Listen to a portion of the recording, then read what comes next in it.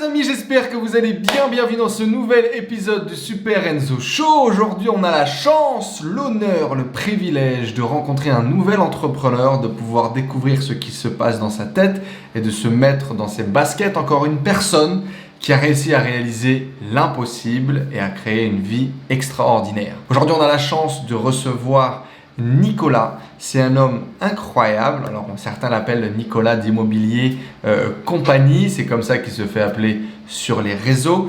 Vous allez voir le parcours d'un entrepreneur incroyable qui a démarré très tôt en vendant des cartes de Dragon Ball Z dans la cour de récré jusqu'à aujourd'hui vendre des immeubles entiers qui valent plusieurs millions d'euros. Vous allez voir un parcours fait et parsemé d'embûches, une sincérité et une honnêteté, une authenticité incroyable.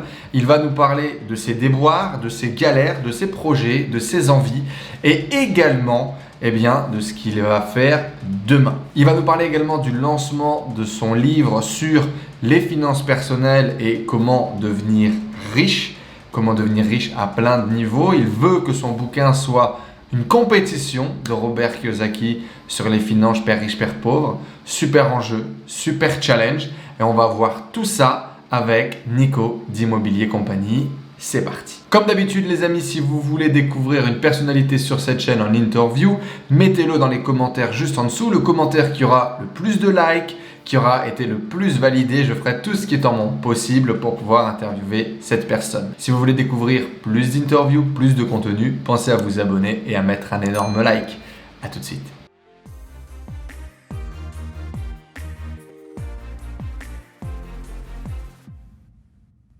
Hello les amis, j'espère que vous êtes en forme, j'espère que vous avez la patate. Bienvenue là en ce jour. On est quel jour? On est mardi.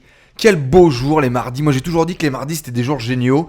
Certainement parce qu'ils venaient après le lundi et puis avant le mercredi. J'espère que vous allez bien, en tout cas que vous êtes en forme. Merci de nous rejoindre là en ce mardi. On est déjà une petite dizaine connectés sur le live. Faites-nous des coucous là, mettez-nous des petits messages dans le chat. Partagez ce live bien évidemment. Comme d'habitude, à vos grand-mères, elles ont besoin de le savoir, qu'on est en live. Et puis, partagez-nous des petits sourires, des petits smiles, savoir un peu comment vous allez aujourd'hui, la famille, là, dans le chat. Bien évidemment, partagez ce live à vos amis sur votre mur Facebook, sur Instagram. Dites à tout le monde à quel point ils doivent venir connecter avec nous et partager avec nous. Aujourd'hui, les amis, on va parler de choses incroyables qui peuvent changer votre vie à une vitesse incroyable. On va parler d'un génie, d'un maestro, un vrai maestro de son domaine. On va parler de prendre sa retraite à 35 ans. On va parler de vivre de ses loyers, de vivre de ses rentes, de devenir rentier. Alors si aujourd'hui vous avez envie de partir vivre à l'étranger, de boire des mojitos toute la journée au coin d'une plage en encaissant les loyers de vos pauvres locataires, c'est le moment, c'est l'endroit parfait. Et on va avoir Nicolas qui avait ce rêve et qui l'a réalisé. Alors je compte sur vous, partagez le live. Bizarrement, c'est capé là. Alors où il y a un problème de connexion ou je sais pas, qu'est-ce qui se passe? Moi je vois même pas 10 likes sur ce live, je comprends pas. Il doit y avoir un problème de connexion satellitaire peut-être. L'email n'est pas parti. Le discours de Macron où tout le monde est déjà riche. Je ne sais pas. Dites-moi, faites-moi savoir les amis dans le chat. Mais je pense qu'il y a un problème dans la matrice. Donc corrigez-moi ça tout de suite les amis. Faites-moi péter les scores. On fait péter les 300 viewers aujourd'hui avec monsieur Nicolas Popovic. Les amis, s'il vous plaît, un tonnerre d'applaudissements. Un tonnerre d'applaudissements pour le rentier, le plus beau, le plus sexy de la planète. Nous avons avec nous du coup aujourd'hui Nicolas Popovic. Nicolas, bonjour. Bonsoir à tous, bonsoir Enzo. Comment tu vas? Très bien et merci de m'accueillir chez toi, ça me fait très plaisir. Nico, tu as décidé de prendre ta retraite à 35 ans, de boire des mojitos sur la plage et de vivre de tes loyers immobiliers. Comment ça va dans la vie? C'est magnifique. D'ailleurs, là, c'est un fond vert. Si je l'enlève, tu vois la plage. Tu vois le paysage. C'est ça. Est-ce que tu peux nous confirmer, Nico, qu'on va parler de ça aujourd'hui? Que c'était ton objectif, c'était ton rêve et que tu as réussi à l'obtenir? Mon rêve, c'était pas forcément la plage et les mojitos, mais mon rêve, c'était d'avoir de l'argent pour faire d'autres choses avec cet argent. En tout cas, c'était de prendre ta retraite à 35 ans. J'avais un gros marqueur à 35 ans. Oui, j'ai eu peut-être à un moment donné cette idée de retraite, mais c'est pas resté très longtemps, non. Par contre, Ça, tu nous en parleras de ce que tu Ouais, as fait de tout ça, de ce temps et de cet argent. Mais effectivement, c'était dans les plans. Bon, les amis, du coup, on est parti avec eh bien, notre interview de Nico Popovic. Avant de balancer l'intro, on va tout de suite démarrer par nos questions ouvertes. Alors, merci à David qui nous a balancé des questions, qui nous a balancé des petits templates pour gagner du temps sur l'organisation. Bientôt, on aura des nouvelles questions. J'ai pas encore eu le temps de les faire, mais bientôt, on en aura. Nico, du coup, je vais te poser des questions très rapidement. Je connais pas l'émission, hein. J'ai rien vu avant, hein, je le dis. Ben welcome, hein. Tu vas voir. Écoute, détends-toi, assis-toi au fond de ton siège. Là, je vais t'inviter à faire quelque chose, tu vois. Prendre une respiration. Je vais te poser des questions hyper rapidement, tu vas pas réfléchir et tu vas me répondre. La première chose qui te vient, la première chose que tu vas nous partager, ok? T'es prêt? Ouais. C'est parti. Blonde ou brune? Brune. Les bières ou les femmes? Les femmes. Le pays où vivre, c'est où? Le pays où vivre, le premier qui me vient, c'est Belize, mais c'est pas pour y vivre en fait, mais c'est le premier qui me vient. Ok. Le salaire idéal, c'est combien pour toi, Nico? Minimum, pas idéal. Minimum, c'est 10 000. Et idéal? Je suis en train de le chercher, je l'ai pas trouvé. C'est quoi ton super-héros à toi, Nico? C'est qui ton super-héros à toi? Moi, je suis un grand fan de Wolverine. Pourquoi? Il a un caractère pourri, il s'énerve très vite, il se laisse pas faire, il est violent et il est cash. Tout ce que j'aime. 458 ou 806? 458. Pourquoi? Parce que c'est atypique et parce que j'en aurai jamais surtout. Donc tu parles de la Ferrari, c'est ça? Oui, c'est ça. Les vacances de rêve, elles sont où? Et elles ressemblent à quoi? Les vacances de rêve, c'est du temps. En fait, c'est surtout partir un mois. Maintenant, ça sera sûrement 2 mois. C'est la prochaine étape. Voilà. C'est plus du temps qu'un endroit, en fait. C'est pouvoir me dire, j'ai tant de temps n'importe où, en fait. C'est le temps de pouvoir y passer, que je peux passer quelque part, quoi. Tu vas y faire quoi? Tu t'en ferais quoi de ce temps, justement? Ben moi j'aime avoir la sensation. En fait, quand je passe un mois quelque part, moi ça fait des années que je pars un mois en vacances. Quand je passe un mois quelque part, j'ai la sensation à la fin du mois d'être un local, en fait, d'habiter à l'endroit en question. Donc après, de passer à 2 mois, je pense qu'au bout de 2 mois, tu dois vraiment croire que tu fais partie du lieu. Et ce qui me plaît, c'est cette sensation de connaître un endroit vraiment à fond, quoi. Tu vois, parfaitement. Voilà, c'est ça que j'aime, cette notion, tu vois, d'aller dans des endroits où, au début, tu vas dans des endroits des attrapes touristes. À la fin, tu peux plus y aller, en fait. Donc, du coup, tu découvres des endroits que tu pourrais pas découvrir si tu y restes pas autant de temps. Donc tu ferais de la visite locale pure et dure, quoi. Ben moi, quand je pars en vacances, tu vois, avec ma femme, on s'engueule parce que je vais prendre la bagnole et prendre le chemin où il y a écrit interdit d'y aller, ou quand tu vas, la bagnole, tu crois que tu vas la casser en 4. Et quand tu arrives au bout, t'as les mecs, les locaux, ils te disent, mais nous, on fait tout ça. Et t'es trop content parce que t'es allé dans un endroit où personne ne va, quoi. Tu visites Voilà. des trucs, quoi, le côté atypique. Ouais, c'est ça. Eh bien les amis, en tout cas, je vous présente Nicolas Popovic et c'est parti du coup pour son interview générique. Sur l'autoroute, les amis, il va y avoir de la merde. Est-ce que j'ai pas assez de connaissances? Est-ce que j'ai pas assez de compétences? Peu importe combien de fois je vais tomber, t'es heureux, t'es épanoui. Vous avez votre putain de biographie face à vous et il faut commencer à écrire. Vous avez votre putain de biographie face à vous et il faut commencer à écrire. Qu'est-ce que ça t'évoque cette phrase, mon Nico? Vous avez votre biographie devant vous et il faut commencer à écrire. Arrête de réfléchir, avance. C'est pas mal.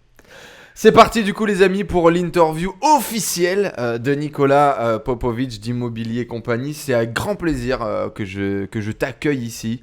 Comme j'ai pu le dire un peu en introduction dans l'email que j'ai fait partir à la communauté, etc. J'ai toujours je kiffe beaucoup, j'apprends beaucoup. C'est toujours un vrai plaisir de partager avec toi. Donc je suis très content de pouvoir le faire avec la communauté aujourd'hui. Et on attaque tout de suite le round 1. Je te suis, moi. Tu me suis, tout va bien. Relaxe-toi, ça va bien se passer. Rapidement, Nicolas, pour ceux qui ne te connaissent pas encore, est-ce que tu pourrais te présenter en quelques phrases, en quelques mots, nous parler un peu de ton histoire? Moi, rapidement, je dirais que je suis un investisseur immobilier. Je dirais en premier que je suis entrepreneur, en deuxième que je suis investisseur, en troisième que je suis, tu vois, auteur, tous ces trucs bizarres qu'on fait sur Internet là, créateur de contenu. Et je dirais que ma spécialité ou mon domaine de prédilection, ça reste l'immobilier. Et je crois que ça le restera jusqu'à la fin. En tout cas, j'aurai tout le temps de l'immobilier dans ma vie, voilà, d'une façon ou d'une autre. Super. De où t'es parti? Parce que pour avoir, donc déjà, je tiens à vous le dire, j'ai préparé quelques petites pépites, quelques petites questions, les amis, bien juteuses à poser à Nico. Mais le sujet de ce live, c'est prendre sa retraite à 35 ans. Qui étais-tu pour avoir ce genre d'aspiration? Pourquoi est-ce que tu avais envie de prendre ta retraite à 35 ans et de devenir rentier? En fait, moi, si tu veux, au départ, l'histoire commence parce que mes parents avaient beaucoup d'argent, une grosse société, une histoire très agréable d'ailleurs que j'ai vécue, qui était super intéressante au quotidien. Hein. J'ai vraiment eu la vie dont certains peuvent peut-être rêver. Je ne sais pas si on peut rêver de cette vie-là, mais une vie où il y avait de l'amour, une famille et de l'argent avec tout ce que ça impliquait. Bon, voilà, plein de choses que je partais tous les ans en Angleterre. On avait plusieurs bagnoles, une marina, un bateau. Enfin, voilà, la vie. La grande vie, quoi. Voilà, la grande vie qu'on pouvait voir à la télé. Puis mes parents ont fait faillite en fait, donc une bonne grosse faillite. Et donc en fait, la sensation un peu d'injustice, tu vois, qu'on m'a pris ce que j'avais. Et donc c'est parti de là en fait, l'envie de retrouver ce qu'on m'avait pris. Alors après, c'est vrai que du coup, tu te rends compte de la réalité des choses, hein, parce que tout à l'heure, tu demandais le salaire minimum. C'est vrai qu'on est très au-delà de ce salaire-là. Hein, pour se payer cette vie-là, il faut gagner beaucoup plus de 10 000 euros par mois. Bizarrement, aujourd'hui, je rêve plus du tout de cette vie-là. Par contre, je rêve d'un revenu stable et sûr pour pas avoir besoin de compter. Ça fait quelques années que je fais plus trop mes comptes et c'est un vrai confort de vie. Voilà. Très bien, c'est noté. Alors moi, je la connaissais déjà un petit peu cette histoire, mais effectivement, ça va peut-être déjà répondre à une première question de est-ce qu'il faut de l'argent pour devenir investisseur immobilier? Est-ce qu'il faut de l'argent pour se lancer, pour avoir ce type de rêve? Toi, tu es parti avec des dettes, littéralement. Et tu as commencé depuis des dettes à rembourser à la banque, c'est ça? Alors, c'était pas les miennes, il y avait 300 000 euros de dettes en tout, elles étaient issues de la faillite. C'était pas, quand je dis ce chiffre, j'aime bien l'entourer, le cadrer, parce que les gens s'imaginent du coup un compte avec moins de 300 000 euros et tu peux plus rien faire, et effectivement, dans ce cadre-là, c'est impossible. Il y avait, la dette, elle était coupée en deux, une partie sociétale, enfin d'entreprise, et une partie plus personnelle, on va dire, qui était liée à de l'immobilier, pour être très clair. Et là, il y avait une vraie dette à solder, en tout cas des créances qui étaient dues, qui n'étaient pas en possibilité d'être honorées au départ. On part de là, et ma mère était dans cette situation, et puis à un moment donné, nos vies, il y a eu un croisement de vie dans le sens où ma mère veut se lancer dans l'immobilier, je veux me lancer dans l'immobilier, les planètes s'alignent, on s'associe, les dettes font partie du coup du patrimoine, la boucle est bouclée, je commence avec ça. Voilà, ça a été un concours de circonstances. Après, en toute franchise, je pense que de toute façon, j'avais pas une nature à laisser ma mère dans la merde, donc j'aurais pas laissé ma mère dans l'état actuel des choses. Voilà. Alors, on pourra en reparler de ça parce qu'effectivement, moi, j'ai déjà eu la chance de discuter avec Nico, comme je vous l'avais dit, et effectivement, les choix que tu as fait, les choix familiaux, le travail en famille, etc. Il y a beaucoup de choses que personnellement, je ne sais pas si j'aurais fait ces choix-là, je ne sais pas si j'aurais pris ces risques, ce poids, ces responsabilités. Donc, ce serait intéressant qu'on en reparle. Les amis, dans le chat, on a une petite trentaine. Bonjour à tous, j'espère que vous allez bien, que vous êtes en forme. Partagez bien évidemment ce live à tout le monde, hein, criez-le sur tous les toits. Et puis laissez-nous un petit message dans le chat pour dire que vous allez bien. Mais la question que j'ai à vous poser, est-ce que vous pensez que c'est possible aujourd'hui de prendre sa retraite à 35 ans et de devenir rentier immobilier? Est-ce que vous pensez que c'est possible de 1 et qu'est-ce que vous pensez qu'on doit faire? Est-ce qu'il faut beaucoup d'argent? Est-ce qu'il faut 1 million, 10 millions? Combien est-ce qu'il faut pour devenir rentier immobilier comme ça et prendre sa retraite à 35 ans? Ça m'intéresse que vous nous partagiez un peu vos avis et votre vision.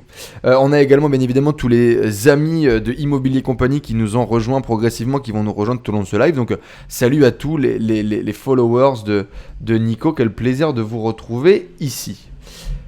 Pour reprendre notre petite question numéro 2, Nico, après toutes ces années, ça fait un moment maintenant que tu as commencé à entreprendre à quel âge? Bah bon, je considère que ma première aventure entrepreneuriale, c'était en sixième, hein, si tu veux. Parce que comme mon père nous a laissé dans la merde, il fallait que je... Moi, mes copains, ils se foutaient de ma gueule quand j'étais gamin, parce que si je cassais un truc, je l'avais le lendemain, en fait. Comme on avait de l'argent, mes parents, ils se posaient pas la question, tu vois. Genre, la Game Boy, je m'en rappelle très bien, j'ai dû en casser 3-4, j'ai jamais manqué de Game Boy, tu vois. Ce qui n'était pas le cas de mes copains, mais c'était pas une bonne chose, ça. Et si tu veux, en fait, cette mauvaise habitude qu'on m'a donnée, ça a fait que quand il n'y avait plus la possibilité de me payer ces choses dont j'avais la sensation que j'avais besoin, ben moi, je voulais me les payer, en fait. Donc, j'ai tout de suite rebondi en vendant des trucs pour me payer ce que je voulais, en fait.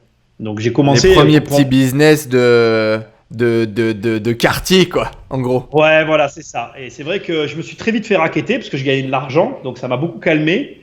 Et après, j'ai appris à gagner mon argent un peu plus discrètement, on va dire. Parce que, bon, voilà. La jalousie, et par exemple, l'immobilier, t'as commencé à quel âge? 2003, j'avais 21 ans. Et à travers du coup tout ce parcours avec différentes entreprises, on le verra par la suite parce que tu es multicasquette, c'est quoi ton super pouvoir à toi? Qu'est-ce qui t'a permis d'atteindre ce niveau de résultat où tu es aujourd'hui avec un patrimoine à plusieurs millions, machin, des réussites, des trucs, des succès, des médailles. Je veux te dire, voilà, il y a des journaux à ton nom quand même aujourd'hui, c'est pas rien. Je suis pugnace, enfin je lâche jamais, tu vois. C'est-à-dire que tu peux, d'ailleurs c'est un défaut, hein, en même temps c'est une qualité je pense dans certaines situations et un défaut dans d'autres, hein. Si ma femme était là elle te le dirait. Tu peux m'expliquer la chose 100 fois, si j'ai décidé quoi. Voilà. Et ça c'est ton super pouvoir, ça c'est la qualité selon toi qui vraiment fait la différence, c'est ça? Ah oui, parce que tu vas me dire non, je sais pas, j'en sais rien, je vais te demander de me louer un truc que tu veux pas me louer, le lendemain je vais te le redemander d'une autre façon. Alors, il est très probable que, comment je vais dire ça? Il était probable que, au bout de 3-4 fois, tu vas te rendre compte qu'en fait, je te pose toujours la même question, mais je continuerai à te la poser jusqu'à ce que tu me dises, t'es con ou tu comprends pas quand je te dis non. Et là, on commencera à discuter. Voilà. D'accord, tu vas chercher le clash, quoi. Tu trouves un moyen, en tout cas, de créer la conversation, d'avoir cet échange. Ok. Et comment est-ce que tu as découvert ça? Comment est-ce que ce super pouvoir il s'est manifesté chez toi? Non, mais il s'est pas manifesté. C'est qu'après, il y a un moment donné, tu te rends compte que les choses, on te donne rien dans la vie. Souvent, les gens, il y a des gens autour de moi qui me voient bosser ou qui me voient évoluer dans le business et on me dit souvent, tu te disputes tout le temps avec tout le monde, mais c'est qu'en fait, je me laisse pas faire. Donc, si tu veux, après, pour moi, le travail, c'est à un moment donné aussi, tu construis quelque chose et il faut être capable d'arriver à faire en sorte que cette chose, elle prenne vie ou en tout cas, elle se réalise. Pas au détriment des autres, c'est pas ce que je suis en train de dire non plus, mais il est normal que quand ta vision elle va à l'encontre d'une réalité que les autres autour de toi n'acceptent pas, il y ait cette espèce de friction. Donc après, jusqu'à quel point tu es prêt à faire en sorte que ce que tu projettes va se réaliser dans la vraie vie, quoi. Voilà. Je vais te prendre un exemple tout bête et tout simple. Les immeubles, on m'a déjà dit non, hein, on m'a souvent dit non sur les immeubles, pour l'achat d'immeubles, et c'est pas parce qu'on m'a dit non que je me suis arrêté au premier nom, heureusement, parce que sinon j'aurais eu aucun immeuble. Je suis là. Tu n'as pas tout entendu, non? Si. Petit problème technique. Je te disais que si je m'en étais tenu au nom de mes premiers immeubles, j'aurais jamais eu d'immeuble en fait. Voilà, c'est de tenir le cap, de fait de vouloir avoir des immeubles, qui a fait que j'ai eu des immeubles. Ça vous parle ça dans le chat? Le fait d'être pugnace, le fait d'être de rien lâcher quoi, de coûte que coûte. Moi j'aime bien cette expression qui dit par la porte ou par la fenêtre, mais je finirai par rentrer quoi. Il y a un client ou une cliente qui m'a défini comme ça quand elle m'a rencontré. Et d'ailleurs elle m'avait pris pour une mission. Elle m'a dit que ça a été un des facteurs du fait qu'elle m'ait pris en fait. Elle m'a dit on voit bien que si on te laisse pas rentrer par la porte, tu finiras toujours par rentrer par la fenêtre quoi. Et comment on le développe ça? T'es pas né comme ça? Non, mais ça c'est parce qu'après il y a un moment donné, en fait on te dit non une fois, on te dit non deux fois, on te dit non 3 fois, 5 fois, 10 fois, 15 fois, et puis après il y a un moment donné, moi c'est ce qui m'est arrivé, j'ai fini par me dire bon, il y a un moment donné, tous ces gens ils m'ont dit non, mais il y a bien quelqu'un qui me dira oui quoi.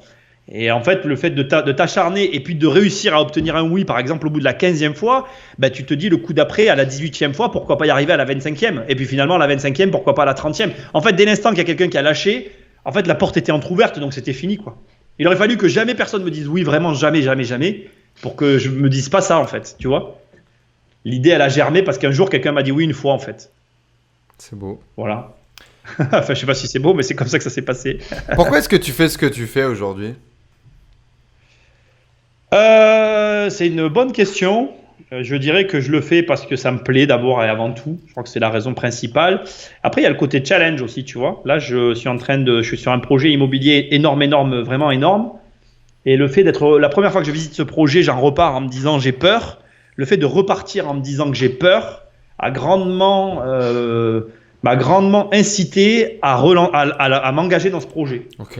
Parce que je me dis, si je sors ce projet, que je vais au bout, ce que je saurai, ce que je serai capable de faire aura encore plus de valeur et je vais continuer à monter en compétence. Je suis plus dans une course maintenant au challenge personnel que l'argent n'est pas l'enjeu. Même si tu m'as pas posé la question, je prends le devant parce que on pourrait croire que c'est l'argent, c'est pas forcément l'argent. Non, c'est plus le challenge personnel et voir où sont mes limites, quoi. Où est-ce que sont mes limites?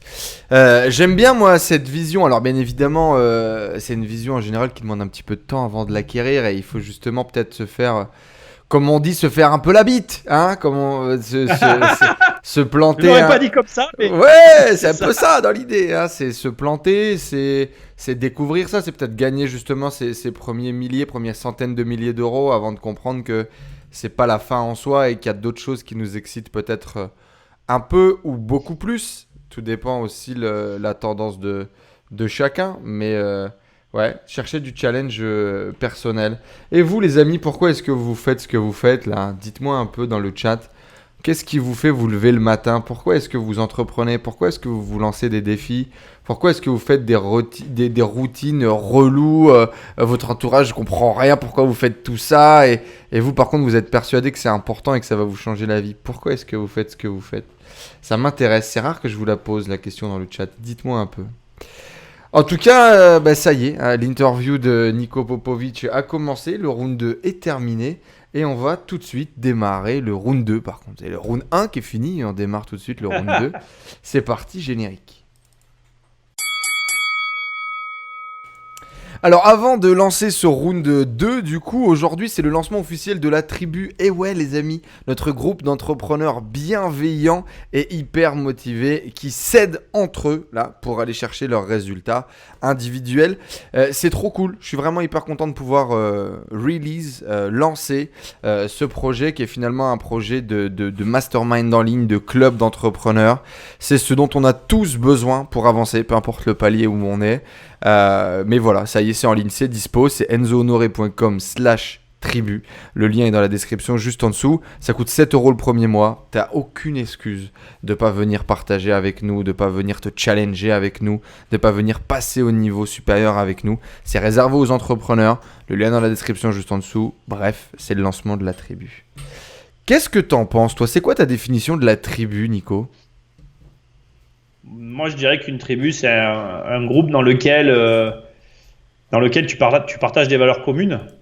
Et je dirais aussi que une tribu, c'est aussi quelque part un groupe avec lequel, quoi qu'il arrive, tu iras au bout du chemin. C'est comme ça que je le vois. Après, je dirais que ça va dépendre de plein d'autres éléments qui sont inhérents à chacun d'entre nous. Une tribu, c'est aussi quelque part des rites initiatiques. Donc ça, c'est plus personnel, je dirais. Mais ça implique aussi des rites initiatiques et des us et coutumes et une culture. Donc voilà, mais ça, c'est une vision personnelle. Après, j'ai bien précisé. Donc voilà. Donc, on va voir du coup si on va faire quelques adoubements, tout ça. On va y réfléchir. En tout cas, c'est pas encore le programme. Promis. Nico, du coup, dans ce round 2, on va rentrer un peu plus en détail. Alors, avant de parler de ton plan d'action machiavélique pour prendre sa retraite à 35 ans qui va arriver dans quelques minutes, j'aimerais qu'on rentre un peu plus en détail sur ton parcours, encore une fois, de vie et la réalité. La réalité. Il y a beaucoup de gens qui l'oublient aujourd'hui avec YouTube, avec Instagram, mais la réalité derrière, ok, tu veux devenir retraité à 35 ans, tu veux vivre de tes loyers immobiliers, gagner beaucoup d'argent, plusieurs millions d'euros. Mais c'est quoi le vrai prix à payer? C'est quoi tes 3 plus grosses galères dont personne n'est au courant? Tu sais, un peu tes secrets à la Bruce Wayne. Bon, on a tous des cadavres dans le placard. Hein. Après, Tous, c'est sûr. ouais, c'est sûr. Après, je vais pas rentrer dans les cadavres, Enzo, je suis désolé. Il y en a certains qui sont encore liés à moi, alors c'est compliqué. Ce que je vais dire, c'est que mes plus grosses galères, c'est les chantiers lancés et pas les, comment dire. J'ai pas connu la galère, tu sais, du mec qui paye l'artisan se barre avec la caisse, parce que bizarrement, j'ai toujours eu du flair. Je dis pas ça pour me vanter, mais on a toujours pressenti ou pas senti les mecs qui devaient lancer les chantiers. Moi, ma plus grosse galère, c'est clairement un énorme chantier qu'on a eu et personne pour le réaliser. Le chantier commence, 150 € par jour de retard de pénalité sur chaque appartement livré. Donc, tu fais ton calcul rapidement, ça faisait beaucoup d'argent à la clé par jour de retard d'appartement livré. Et personne pour faire le chantier. Mais quand je dis personne, c'est Walou, personne, que moi, qui est allé casser les appartements en attendant que ma mère, elle, de l'autre côté, cherchait des artisans pour commencer le chantier. Ça a quand même duré 3 mois avant qu'on trouve les artisans, parce que c'est assez long sur des chantiers de cette envergure. Et quand j'ai cassé, je me suis pris le toit sur la tête parce que je savais pas planter un clou. Donc, si tu veux, ça a été une double grosse galère. C'est une histoire que j'aime bien raconter parce que c'est vrai que j'ai mis en danger ma vie, hein, le toit, mais c'est pas une connerie. Hein, le toit m'est réellement tombé sur la tête. J'oublierai jamais. Il restait, tu sais, une bande à casser. Je mets le dernier, je tape avec le marteau dans la bande. En fait, j'avais cassé un mur porteur, donc je ne fais pas un dessin, tout est tombé sur moi. Et la chance que j'ai eue, c'est que je ne me demande pas pourquoi, j'ai cassé, tu sais, et j'étais à moitié en dessous. Au-dessus de ma tête, il y avait une partie que je n'avais pas cassée, donc j'ai eu le temps d'à peu près me reculer. Bon, je me suis quand même pris une partie du toit sur la tête, je suis allé à l'hôpital et tout. Bon, je ne suis pas mort, je suis là devant vous, hein, l'histoire s'est bien terminée. Mais bon, j'ai quand même été dans la merde, le plancher s'est effondré derrière, enfin, ça a été une grosse merde. Je vais pas tout raconter, ça serait long, mais c'était rigolo. Et depuis lors d'ailleurs, il me semble que l'expression s'est popularisée, c'est le ciel nous tombe sur la tête. C'est un peu toi qui l'as créé, cette expression. Ça vient de chez moi, c'est ça. Tes plus grosses galères sur ton parcours, du coup, tu dirais que c'est quoi, des galères humaines, des galères d'argent? C'est quoi? Non, c'est des galères humaines, ouais. C'est pas des galères d'argent. L'argent, si tu veux, j'ai eu des galères d'argent, mais j'en garde un bon souvenir. C'est marrant d'ailleurs. Quand on y repense après coup, c'est des bons souvenirs. Après, c'est toujours chiant en fait l'argent, parce que c'est vrai que c'est jamais drôle quand t'en manques ou quand t'as des problèmes. J'en ai eu, donc je vais pas faire genre, c'était facile avec le recul. Donc c'est marrant. Avec le recul et quand t'as réussi, c'est encore plus simple d'en parler. Mais ce que moi j'essaye de dire, c'est que je vois pas les galères d'argent, je les vis pas de la même façon que les galères humaines. Les galères humaines, elles m'ont toujours laissé une amertume dans la bouche que même certaines j'ai pas digérées, tu vois, que je digère toujours pas quand j'y repense. Donc les galères humaines. Quel type de galère humaine on a sur un parcours où on cherche à créer quelque chose de très grand comme ça? Des associations, des amitiés? Ouais, les potes. Les galères humaines vis-à-vis des potes, et je m'en veux plus à moi qu'à eux finalement, parce que je me rends compte aujourd'hui avec l'expérience que j'aurais dû le voir, quoi. Et à contrario, les potes avec lesquels j'aurais dû m'associer, j'ai attendu longtemps avant de m'associer avec eux. Tu vois, c'est très rigolo, cette espèce de façon qu'on a d'agir. Et c'est quoi du coup, on se met dans la mauvaise bande, on fait confiance aux mauvaises personnes, ou au contraire, on perd les amis parce qu'on n'a pas la même vision? C'est quoi qui se passe? On perd les amis parce que les amis sont en galère et que se disent que toi, tu as de l'argent et que c'est normal que tu les aides. C'est la première raison qui est très... Et parce que tu travailles avec eux et parce que du coup, eux font pas la distinction comme toi Alors là, je parle vraiment de l'immobilier. C'est-à-dire que eux bossent sur tes chantiers à toi, ils voient tes chantiers, donc ils se disent que tu peux payer en fait.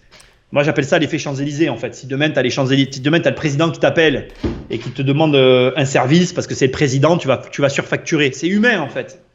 D'accord, donc c'était beaucoup des amis qui étaient des artisans, des prestataires, des gens comme ça? Et qui voyaient les chantiers se multiplier. Et j'ai eu cette erreur, et je la vis encore en fait, cette erreur malheureusement. Les artisans, tu les fais bosser, ils voient tes chantiers se multiplier. Tu peux pas les empêcher de se dire le mec a du fric, quoi. C'est normal, c'est humain, je leur reproche pas. Mais quand c'est un pote, que ça te touche directement, là c'est plus pareil. Donc finalement, tu as mélangé un peu l'amitié, le travail, l'émotion, et c'est un peu ça aussi, quoi? Ouais, c'est ça. Et je pense que j'avais tout à fait les clés en main pour pas faire cette erreur, mais que malgré tout, je m'y suis engouffré. Alors, on va pas se mentir, Enzo, je peux le dire en toute franchise, par flémantise. Hein. C'est vachement plus simple quand tu as un pote qui fait les travaux d'aller le voir et de l'appeler et de le faire venir que de t'emmerder à chercher le bon artisan. Et donc du coup voilà, tu fais une erreur grotesque, parce qu'à ce moment-là, tu te dis, lui je le connais, c'est facile, allez viens, le devis il est plus ou moins correct, tu te dis allez c'est bon, je le connais, il m'enflera pas, une fois, deux fois, trois fois, le jour où tu mets le nez dedans, t'es en colère, alors qu'en vérité c'est 100% ta faute, quoi. Et du coup la solution à ça, en retour d'expérience, c'est quoi? On mélange pas, on a une distance émotionnelle, comment on fait? Parce que c'est quand Y a même pas un de avantage en termes de gain de. Je parlais de ça il y a pas longtemps avec un pote qui lui tartine bien sur l'internet. Enfin voilà, toi tu as commencé dans le physique, lui il a directement commencé dans le web et il a créé plusieurs entreprises et ça se passe bien pour lui. Et lui systématiquement il s'associe avec ses potes. Moi je suis là en mode c'est dangereux ce que tu fais frérot. Et il me dit ouais mais c'est un gain de temps énorme parce que en termes de confiance j'ai pas à recréer la relation tu vois. Et tu vois. C'est un problème d'expérience, c'est toujours pareil. Et puis il y a un autre problème qui s'ajoute à ça, tu viens de le dire. Aujourd'hui, je peux me permettre, quand je dépendais vraiment que de l'immobilier, je ne pouvais pas me permettre de faire d'erreurs. Parce qu'en réalité, tous mes revenus dépendaient que de l'immobilier. Aujourd'hui, je m'agrandis, j'ai de plus en plus d'activités, donc je peux me permettre ces erreurs-là. Et c'est aussi un problème d'échelle, c'est vrai. Donc son raisonnement, il est cohérent. Après, au demeurant, l'erreur, elle est reproductible. Moi, aujourd'hui, mes artisans, ils travaillent de plus en plus pour moi. Je crée des relations avec eux. Au départ, c'est pas des potes. Quand tu fais travailler une société à l'année, tu finis par créer une relation qui n'est pas une relation normale. C'est une relation de travail, mais comme un collègue de travail. Et du coup, il y a une amicalité qui s'installe. Et donc, ce problème, il est récurrent dans ta vie d'entrepreneur. Après, je pense que c'est à toi d'être intelligent et de savoir dire les choses. Tu vois, il n'y a pas longtemps, on a eu un problème sur un chantier avec mon gars qui travaille beaucoup pour nous. Je dis les choses. J'ai l'obligation de dire les choses, même quand elles font pas plaisir. Et ça, c'est dans la nécessité de calibrer la relation sur la bonne fréquence dès le départ. Parce qu'à un moment donné, il y a un enjeu financier au milieu. Moi, j'ai des entrants et des sortants, des flux financiers entrants et sortants. Je peux pas me permettre, sous prétexte que j'aime bien quelqu'un, de faire n'importe quoi. Maintenant, là où c'est intéressant, tu vois, pendant le confinement, là, j'ai fait une opération immobilière. T'as réussi à faire de l'immobilier pendant le confinement ? Ouais. J'ai fait une opération et il y avait un billet de 2000 € qui était en jeu, qui était sujet à discussion. La personne avec laquelle il y a eu la transaction, c'est quelqu'un avec qui j'ai créé une vraie relation de travail et je peux parler d'amitié autour de cette personne. Je me suis assis, moi personnellement, personne ne le sera jamais, je me suis moi-même assis sur mes 2000 balles, j'allais pas faire chier pour 2000 €. Mais encore une fois, voilà, en termes d'échelle, je peux. C'est pas dit qu'à mes débuts, j'aurais fait ce cadeau-là, tu vois. C'est toujours pareil en fait. Mais tu l'as fait en conscience ou c'est un peu amer ? Non, je l'ai fait en conscience. Il n'y a pas d'amertume. Au contraire, je suis très content de l'avoir fait. Je me dis que d'une façon ou d'une autre, la relation que j'ai construite de 10 ans, elle valait plus que 2000 balles et que d'une autre manière, je l'ai récupérée autrement au centuple. Est-ce que la personne, elle est consciente de ça ou pas ? Je pense pas, non. Mais elle n'a pas besoin de le savoir. Mais du coup, la réponse, selon toi, ce serait communication, apprendre à communiquer, à prendre sa responsabilité, et puis honnêteté, sincérité en permanence dans les relations de business et d'amitié, du coup. Je vais aller au-delà de ça pour aller dans ton sens. Je suis complètement d'accord avec toi. Là, tu vois, pendant le confinement, on a eu des soucis avec nos locataires. Moi, j'ai délégué une partie de mon immobilier maintenant et ça va être de plus en plus délégué. Il va y avoir d'autres personnes qui vont rentrer dans le business avec moi, enfin dans mon business par rapport à la délégation de la gestion locative. Et là, il y a la communication, c'est vraiment la clé puisqu'on a eu des problèmes. Au départ, on avait 5 problèmes au niveau de paiement de loyer et les personnes avec lesquelles je travaille n'ont pas voulu passer les appels, Enzo. Donc ça prouve bien que les gens ont un problème de communication quand il s'agit de demander de l'argent, de parler d'argent. Et donc, les 5 problèmes me sont revenus sur le bureau. C'est moi qui ai passé les coups de fil. Au moment où je te parle, j'ai résolu 4 problèmes sur 5. On n'a plus qu'un seul problème à régler qui est plus un problème en soi parce que j'ai eu des discussions avec la personne. C'est en cours. Ça se réglera autrement sur ce coup-là. Mais c'est moi qui ai géré le problème parce que les gens n'osent pas, ne savent pas faire. Quand il s'agit de parler d'argent, aujourd'hui, on se rend compte que voilà, quand il faut demander de l'argent, quand il y a un impayé, je vais même aller plus loin que ça, je peux te donner le contexte d'une discussion. Textuellement, on m'a dit « Je ne veux pas appeler cette personne, Nicolas, parce qu'elle a réponse à tout. » quoi. Et j'ai dit « Mais attends, je ne comprends pas ce que tu me dis. C'est elle qui me donne de l'argent et tu es en train de m'expliquer qu'elle a la réponse à tout. Mais c'est toi qui dois avoir réponse à tout. » Elle me dit « Ah, mais moi, je ne sais pas faire. » Bon, ben c'est moi qui ai fait. Et pour tout te dire, tu vois, il y a quelques jours, on devait envoyer le recommandé, faire le courrier, on se connecte sur les comptes et là, le virement était passé, quoi. Parce que la personne, quand elle m'a eu au téléphone, ça s'est mal passé. Quand j'ai raccroché le coup de fil, tu vois, j'ai fait le point et j'ai dit, bon, ben, on va devoir faire un recommandé, entamer une procédure. Et ben la personne, elle a fait le virement parce que mes arguments ont fait mouche, quoi. Voilà.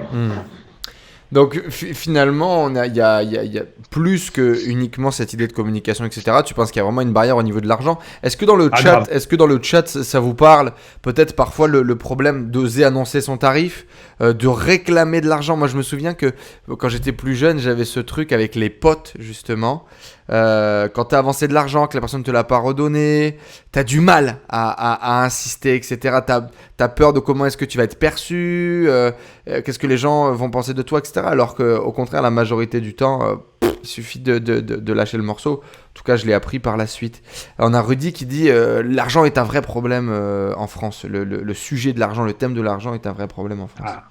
C'est un vrai sujet, c'est un vrai problème et c'est pas un problème qui est en passe de se résoudre. Mais vraiment pas, je pense. Parce que malheureusement...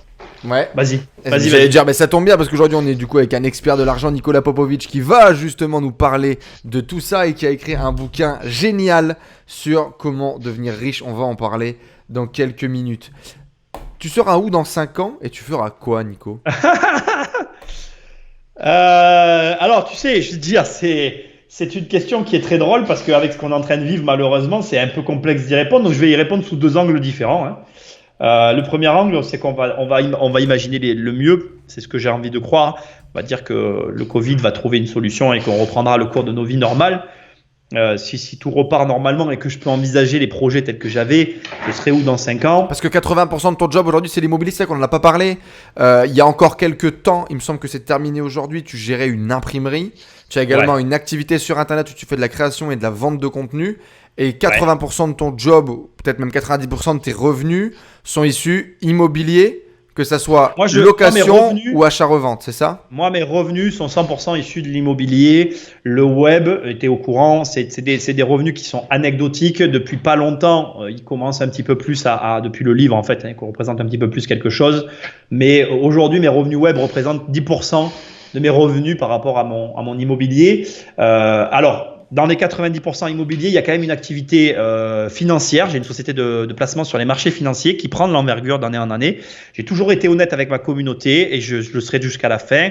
Le jour où cette société, parce que ça va arriver, un jour elle va me représenter 100% de mes revenus, cette société, parce que ça fait partie du plan personnel que je peux avoir, je le dirai. Et ça veut dire quoi ça? Ça veut dire qu'en fait j'ai une société qui place de l'argent sur les marchés financiers, qui me rapporte de l'argent tous les ans. Et qu'à un moment donné, elle va supplanter mes revenus immobiliers. Oui, c'est de la bourse, c'est une manière facile de dire ça. J'achète des actions de sociétés qui sont cotées. Et à un moment donné, cette activité, elle représentera, je pense, cette société, elle est destinée à représenter 100% de mes revenus. Et cette société, en fait, elle est alimentée avec tes revenus immobiliers. Et cet argent-là que tu ne réinvestis pas dans des achats immo, tu le fous en bourse. C'est de la diversification, quoi. Exactement, c'est de la diversification. Sauf que le but sous-jacent derrière tout ça, c'est de permettre à toute ma famille de vivre que de mon immobilier. Et moi, je revivrai de la bourse. Voilà. Okay. C'est pour me détacher totalement de mes revenus immobiliers pour que moi alors ça va faire rire les gens qui sont là, j'ai un problème dans ma vie, façon de parler. J'aimerais que maintenant ma famille au second degré, alors c'est-à-dire ma femme, ma fille et les gens au second degré, dans le sens où qui sont pas liés au premier degré à mon business, là je parle vraiment purement business, j'aimerais qu'ils soient indépendants eux aussi, dans le sens où on peut partir 2 mois quelque part en vacances, tu vois, on revient au début en fait. Aujourd'hui, comme ils sont dépendants d'autres sources de revenus entre guillemets, si tu veux, on fait pas ce qu'on veut. Donc moi, mon but, c'est de permettre à ce que mes entreprises fassent vivre ma famille, de sorte qu'on soit libre de nos mouvements, quoi. Voilà, communément, familialement, tu vois. Mais aujourd'hui, par exemple, avec des niveaux de revenus comme on parle, etc., ta femme pourrait très bien vivre. Vous pourriez très bien, la famille, déjà à l'instant T, vivre de tes revenus, non? Je pense qu'on y est, on n'en est pas loin. Là, on est en restructuration interne. Donc après la restructuration, j'ai fait les comptes. Je pense qu'on n'en est pas loin. Après, je t'avoue que comme je voudrais passer un step, l'idée c'est que je passe d'abord l'étape pour ensuite vraiment. Parce qu'en fait, tu veux, le problème du revenu, c'est intéressant ce dont on est en train de parler. Le problème du revenu, c'est que c'est une charge fixe. Ouais. Et le problème d'une charge fixe, c'est que tu alloues ton revenu, justement, à la dépense qu'est la charge. Quand tu allues ton revenu à ça, tu l'investis pas. Voilà, tu t'en sers pas pour autre chose. Et j'ai bien appris quelque chose dans l'entrepreneuriat et dans tous les différents niveaux de l'argent. Le salaire est un problème. Ça t'en parle souvent. Voilà, et si tu veux, c'est qu'il y a des paliers à franchir. Les 3 000 euros que tu prends en salaire, c'est les 6 000 euros que tu n'investis pas qui ne généreront pas 10, 20 ou 30 000 plus tard. C'est ça? C'est ça. Et par exemple, comme il y a un palier à 10, il y a un palier à 50, il y a un palier à 100 000 euros par mois, c'est des paliers à franchir. Et si tu veux franchir un palier, il vaut mieux que réellement tu investisses ton argent dans l'affranchissement de ce palier avant d'enclencher des charges, parce qu'après tu ne pourras pas arriver au palier suivant. Voilà. Et aujourd'hui, on est dans quel palier 200 000, 300 000 Nico? Je reste discret sur mes revenus, Renzo. J'ai la chance et la malchance d'être en France avec tout ce que ça implique. Donc c'est vrai que l'argent, si tu veux, comme on disait tout à l'heure, ça reste un sujet. Aujourd'hui, ce que je peux dire. Tu as passé les 100 000? Avec les sociétés. Ouais, les revenus locatifs immobiliers, les 100 000, il y a longtemps qu'on les a passés, on n'en est plus là, non, c'est certain. Pardon, excusez-nous, monsieur, excusez-nous. Non, ce que je veux dire, c'est que si tu veux, on a fait des gros pas en arrière là pour faire des gros pas en avant. Et d'ailleurs, ça va faire écho à ce que tu disais tout à l'heure. Moi, il y a quoi l'été dernier, j'ai pris conscience qu'il y avait vraiment des possibilités immobilières qui étaient à une toute autre échelle de celle à laquelle j'ai évolué. Ouais, ça peut être intéressant qu'on en... Tiens, vas-y, allez. Je me souviens de cet appel qu'on a eu du coup l'année dernière avec ces projets, ces ambitions. Donc, il faut savoir que, et sans filtre d'ailleurs, et vous retrouverez tout ça sur la chaîne YouTube de Nico qui est juste en dessous. Tu as des ambitions démesurées mais pourquoi est-ce que j'ai pas déjà travaillé sur des projets à 8, 10, 12, 20 millions d'euros? Qu'est-ce qui m'a empêché d'aller là? Et tu m'as dit je vais vendre toutes mes merdes entre guillemets, en gros vendre mon parc, je vais aller chercher 1 million, 2 millions que j'ai là, je vais remprunter et je vais aller sur un gros projet à 8, à 10 et je vais jouer avec les gros parce que je peux le faire, parce que j'ai la force de le faire. Voilà, je me suis rendu compte de ce que tu viens de dire, c'est exactement ça. Et du coup, ça, parce que justement, alors, t'en as beaucoup qui sont au démarrage, c'est faire les 2 premiers milliers d'euros par mois pour en vivre. T'en as qui sont dans faire le premier million de CA ou de résultats, dans acheter la maison de tes rêves ou j'en sais rien, faire le voyage de tes rêves. Et là, on est dans le truc du dessus d'aller chercher le challenge du projet qui a une valeur à 10 millions. Il se passe quoi? C'était quoi la différence entre un Nico qui joue sur des projets à 100 000, à 1 million et à 10 millions? Elle est où la différence? C'est joué sur une rencontre. J'ai rencontré un mec. Je suis incapable de dire, et je le raconte tout le temps cette histoire, c'était il n'y a pas longtemps, c'était un an et demi maintenant. Enfin, voilà. J'ai rencontré un mec, je suis incapable de te dire combien, de quel volume on parle en termes de patrimoine, mais on était sur quelqu'un qui avait plus de 1000 appartes. Voilà. Il n'avait pas 1000 appartes, il avait X immeubles et l'ensemble des immeubles qu'il possédait représentait plus de 1000 lots en gestion. Il a construit cet empire en très peu de temps. On a eu une discussion à bâton rompu qui ne tournait pas autour de l'immobilier, mais le peu de discussions qu'on a eu m'a mis une claque parce qu'en fait, c'est super simple à comprendre. Tout ce que je faisais dans mon quotidien, il faisait l'inverse en fait. Donc à partir de là, quand tu es assis à côté d'un mec qui fait 10 fois plus, qui pèse 10 fois plus que toi, machin, qui t'explique des détails à la con en te disant, par exemple, je te donnais un détail tout bête, quoi. Le mec te dit, en gros, c'était limite s'il connaissait ces bâtiments, quoi, tu vois. C'était limite s'il les connaissait. C'est la sensation que j'ai eue en parlant avec lui. Sauf que moi, par exemple, à l'inverse, tu connais chaque locataire. Tu connais le petit enfant de ton locataire. C'est ça. Voilà. L'effet de loupe qu'il y avait sur moi et qu'il n'y avait pas sur lui m'a énormément impacté, par exemple. Du coup, je me suis dit, il y a un truc, quoi. Il y a un truc que tu as raté. Et ça m'a remis en question. Et après, ça n'a pas arrêté, en fait. Ça a été un été assez intéressant pour moi parce que je n'ai pas arrêté de rencontrer des gens qui étaient très éloignés des milieux que j'ai l'habitude de fréquenter. J'ai quand même rencontré de manière indirecte, c'est quelque chose dont je parle dans un de mes programmes, j'ai quand même rencontré un gars qui travaille pour un gars qui a 250 000 appartements, plus d'ailleurs que ça, hein, parce que les chiffres je les ai maintenant, mais il a plus de 250 000 appartements en gestion à son compte. Donc là on parle de société, hein, carrément, c'est un mec qui est monté à ce niveau-là. J'ambitionne pas ce niveau-là, mais ces rencontres, durant cet été-là, m'ont fait réaliser que j'étais sur une route intéressante, qui aurait convenu à plein de gens, mais qui n'est pas non plus la route qui m'intéressait moi. J'ai le potentiel. En fait, tu veux, c'est vachement facile. Ça va aller carrément dans le thème de la soirée de ce soir. J'avais le choix de me poser mon cul sur l'autoroute et de ne pas me barrer en vacances et de finir ma vie avec des revenus plus que confortables, mais qui n'auraient impacté que ma vie à moi. Ou j'avais le choix de me dire, t'as pas 40 ans, tu as de grandes chances, si tu restes sur cette autoroute, de faire une crise de la quarantaine. Donc, il est temps de prendre un virage à 90 degrés, 180 degrés, de tout foutre en l'air, de repartir sur une aventure complètement folle et d'essayer de voir ce que tu es capable de faire. Comme ça, le jour où tu crèveras, tu regretteras rien. Bon, voilà ce que j'ai choisi. J'ai pris la deuxième option. Je me suis dit, vas-y, envoie la sauce, passe sur des trucs, fais-toi rêver et quitte à tout perdre, mais recommence comme si tu avais 20 ans. Voilà. Et du coup, c'est le pari que tu as pris il y a 1 an et demi maintenant, c'est ça? Voilà, là j'ai tout vendu. J'ai 2 projets, dont un qui me fait extrêmement peur, qui est hyper excitant. Je suis quelqu'un qui parle jamais de mes opérations, mais là, juste pour partager un passage, je ferai une vidéo dessus parce qu'on parle d'un truc, on parle d'un truc de fou. Et je me lance là-dedans et c'est parti. Voilà, on verra où ça me mène. Et si je me plante, je me serai planté en pouvant raconter une histoire intéressante, quoi. Et donc c'est quoi? C'est de la création, c'est créer un bâtiment, promotion, revendre des lots, etc. Ou c'est plus racheter de l'ancien, location plutôt classique comme tu pouvais faire avant? Non, là en fait, je change de catégorie, c'est-à-dire que avant, j'étais sur des enveloppes globales. Moi, je maîtrise des projets où le coût moyen de l'erreur, en fait, je te donne le prix de l'erreur sur la moyenne de mes projets. On est sur un coût de l'erreur entre 3 et 8 000 euros. Là, on est sur un coût à l'erreur entre 20 et 40 000 euros, quoi, tu vois, 50 000 euros. Donc, c'est pas du tout les mêmes enjeux financiers quand tu te plantes. Et du coup, c'est pas les mêmes problèmes, c'est pas les mêmes sommes à aller chercher, c'est pas les mêmes risques, c'est pas les mêmes volumes. Enfin, tout est différent, quoi, voilà. Et ça, c'est pour le challenge. Ouais. Ah ouais, c'est génial. Quand tu te barres de ta première visite, que tu as peur, quand tu fais la deuxième visite et que tu te dis merde, je vois pas de loup, mais je sais pas comment je vais gérer ça. Voilà, plus tu gamberges le projet, plus tu te dis, tu te poses de questions, plus tu te dis, ben, je trouve c'est hyper intéressant parce que déjà la fin du projet t'ouvre des portes sur de nouvelles possibilités qui sont juste fabuleuses. Mais ensuite, le projet en lui-même, rien que de le mener, c'est un questionnement perpétuel auquel chaque nouvelle question ou chaque nouveau problème admet une nouvelle question qui admet une nouvelle réponse que tu connais pas. Moi, je suis quelqu'un qui j'adore apprendre, j'adore me mettre en danger en fait financièrement.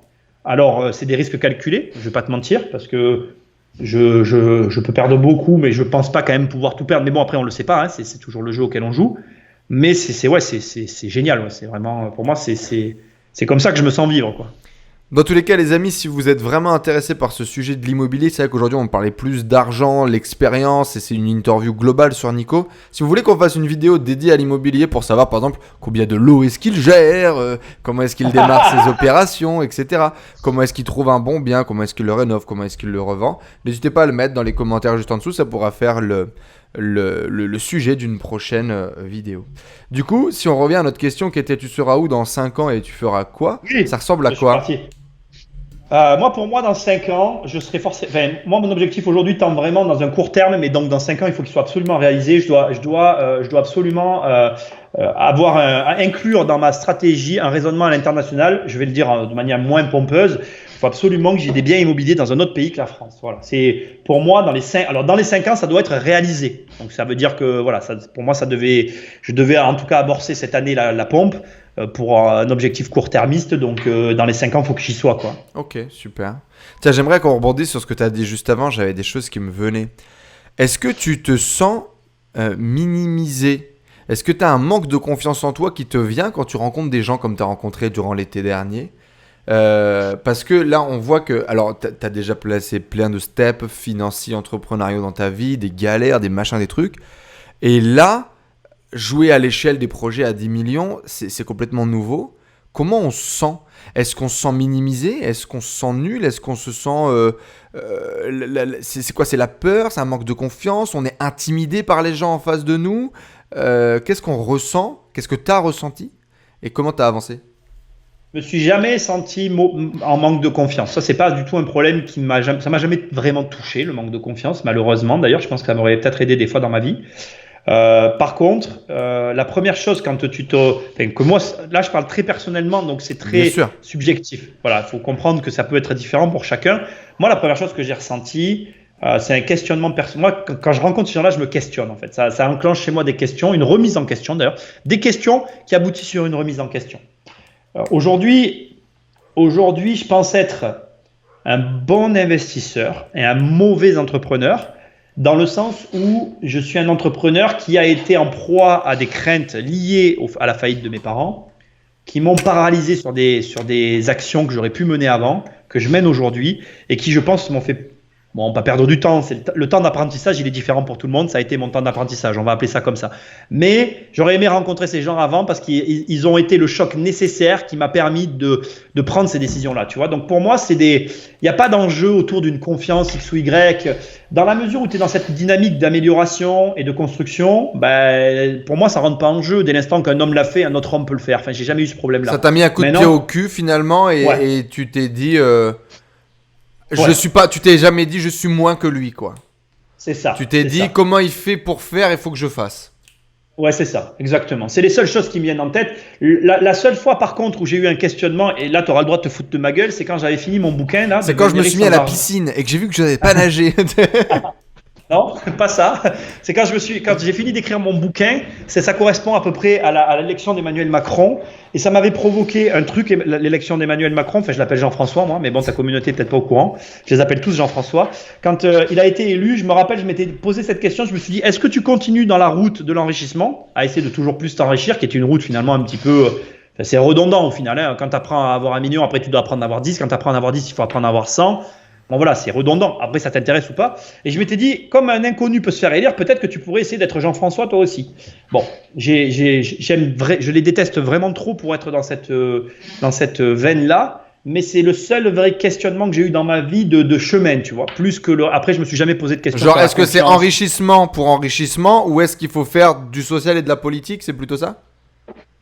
Ouais, à la fin de mon bouquin, ce bouquin a marqué un moment dans ma vie qui correspond à cette élection.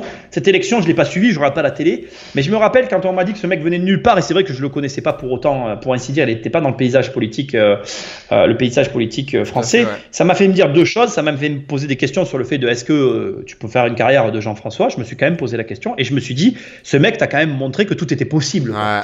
Voilà, moi, ça m'a fait me dire ça. Et du coup, bon, quand même bien pistonné, mais oui. Ouais, mais même Enzo, qui pourrait parier là-dessus? Ah, mais il a fait un coup de poker. Mais après, inconnu de qui? C'est toujours pareil, tu vois. Inconnu de qui? Effectivement, quand on le prend comme ça, oui. Maintenant, le mec, il est dans les petits papiers depuis tout le temps. C'est une préparation, c'est stratégique. Ça fait 10 ans que le truc, il est, tu vois. Donc, je suis d'accord avec élu du grand public, mais finalement, si c'était le grand public qui votait, ça saurait. Tu vois ce que je veux dire? Ouais, je vois ce que tu veux dire. C'est pas faux. Mais par contre, effectivement, le mec a niqué le game et il a rendu encore une fois quelque chose d'impossible possible. Complètement d'accord avec toi. C'est ça. Moi, c'est ça que j'ai vu en fait. On peut voir tout ce qu'on veut derrière ce gars-là. Moi, ce qui m'a interpellé, c'est ce côté.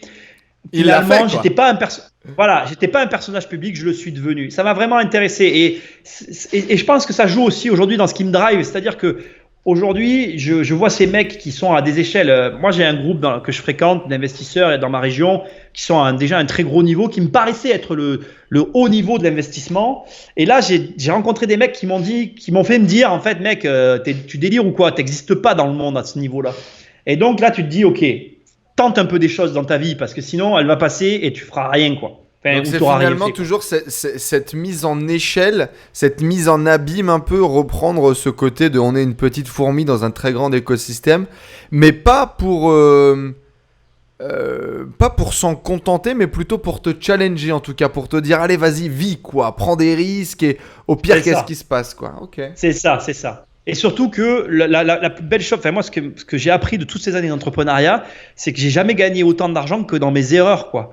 Et là, j'étais rentré dans un système où je faisais que ce que je savais faire. Tu contrôlais tout. Et ça n'aurait.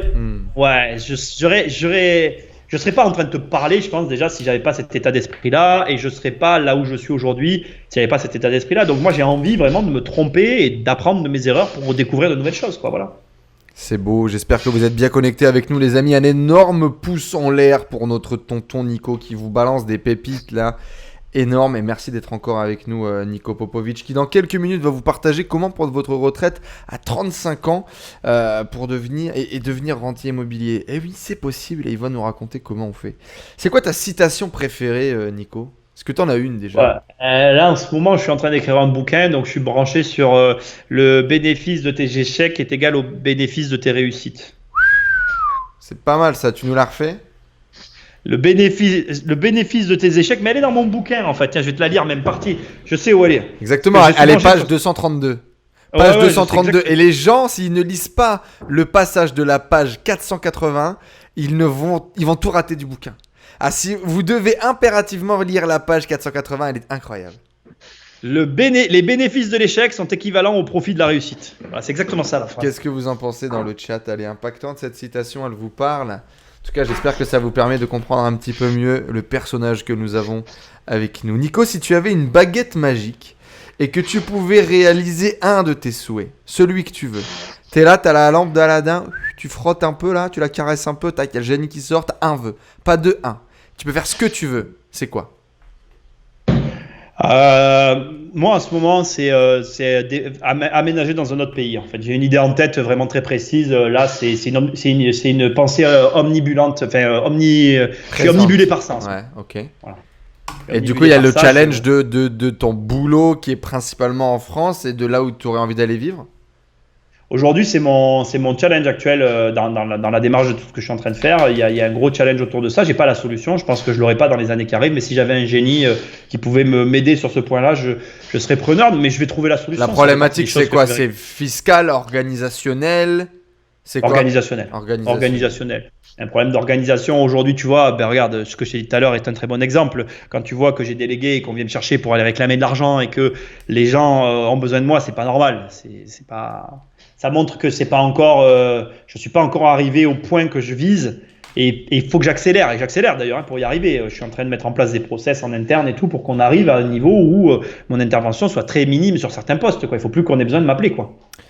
Dans quelques minutes, les amis, je vais vous partager les petites questions que j'ai pour Nico. Ça va peut-être te laisser quelques temps pour y réfléchir. Pourquoi partager des secrets pour devenir riche si ça marche vraiment et ne pas les garder pour soi? La retraite à 35 ans, est-ce que c'est vraiment possible pour tout le monde et sans capital? Est-ce que finalement, la retraite à 35 ans, ça rend heureux? Quelles sont les 3 qualités d'un bon entrepreneur et les 3 points communs de tous les business que tu as pu entreprendre jusqu'à aujourd'hui? Qu'est-ce qui revient systématiquement? C'est ce que l'on va voir dans quelques minutes, les amis, avec Nico Popovic. Mais en attendant, on est parti pour la question à 1 milliard.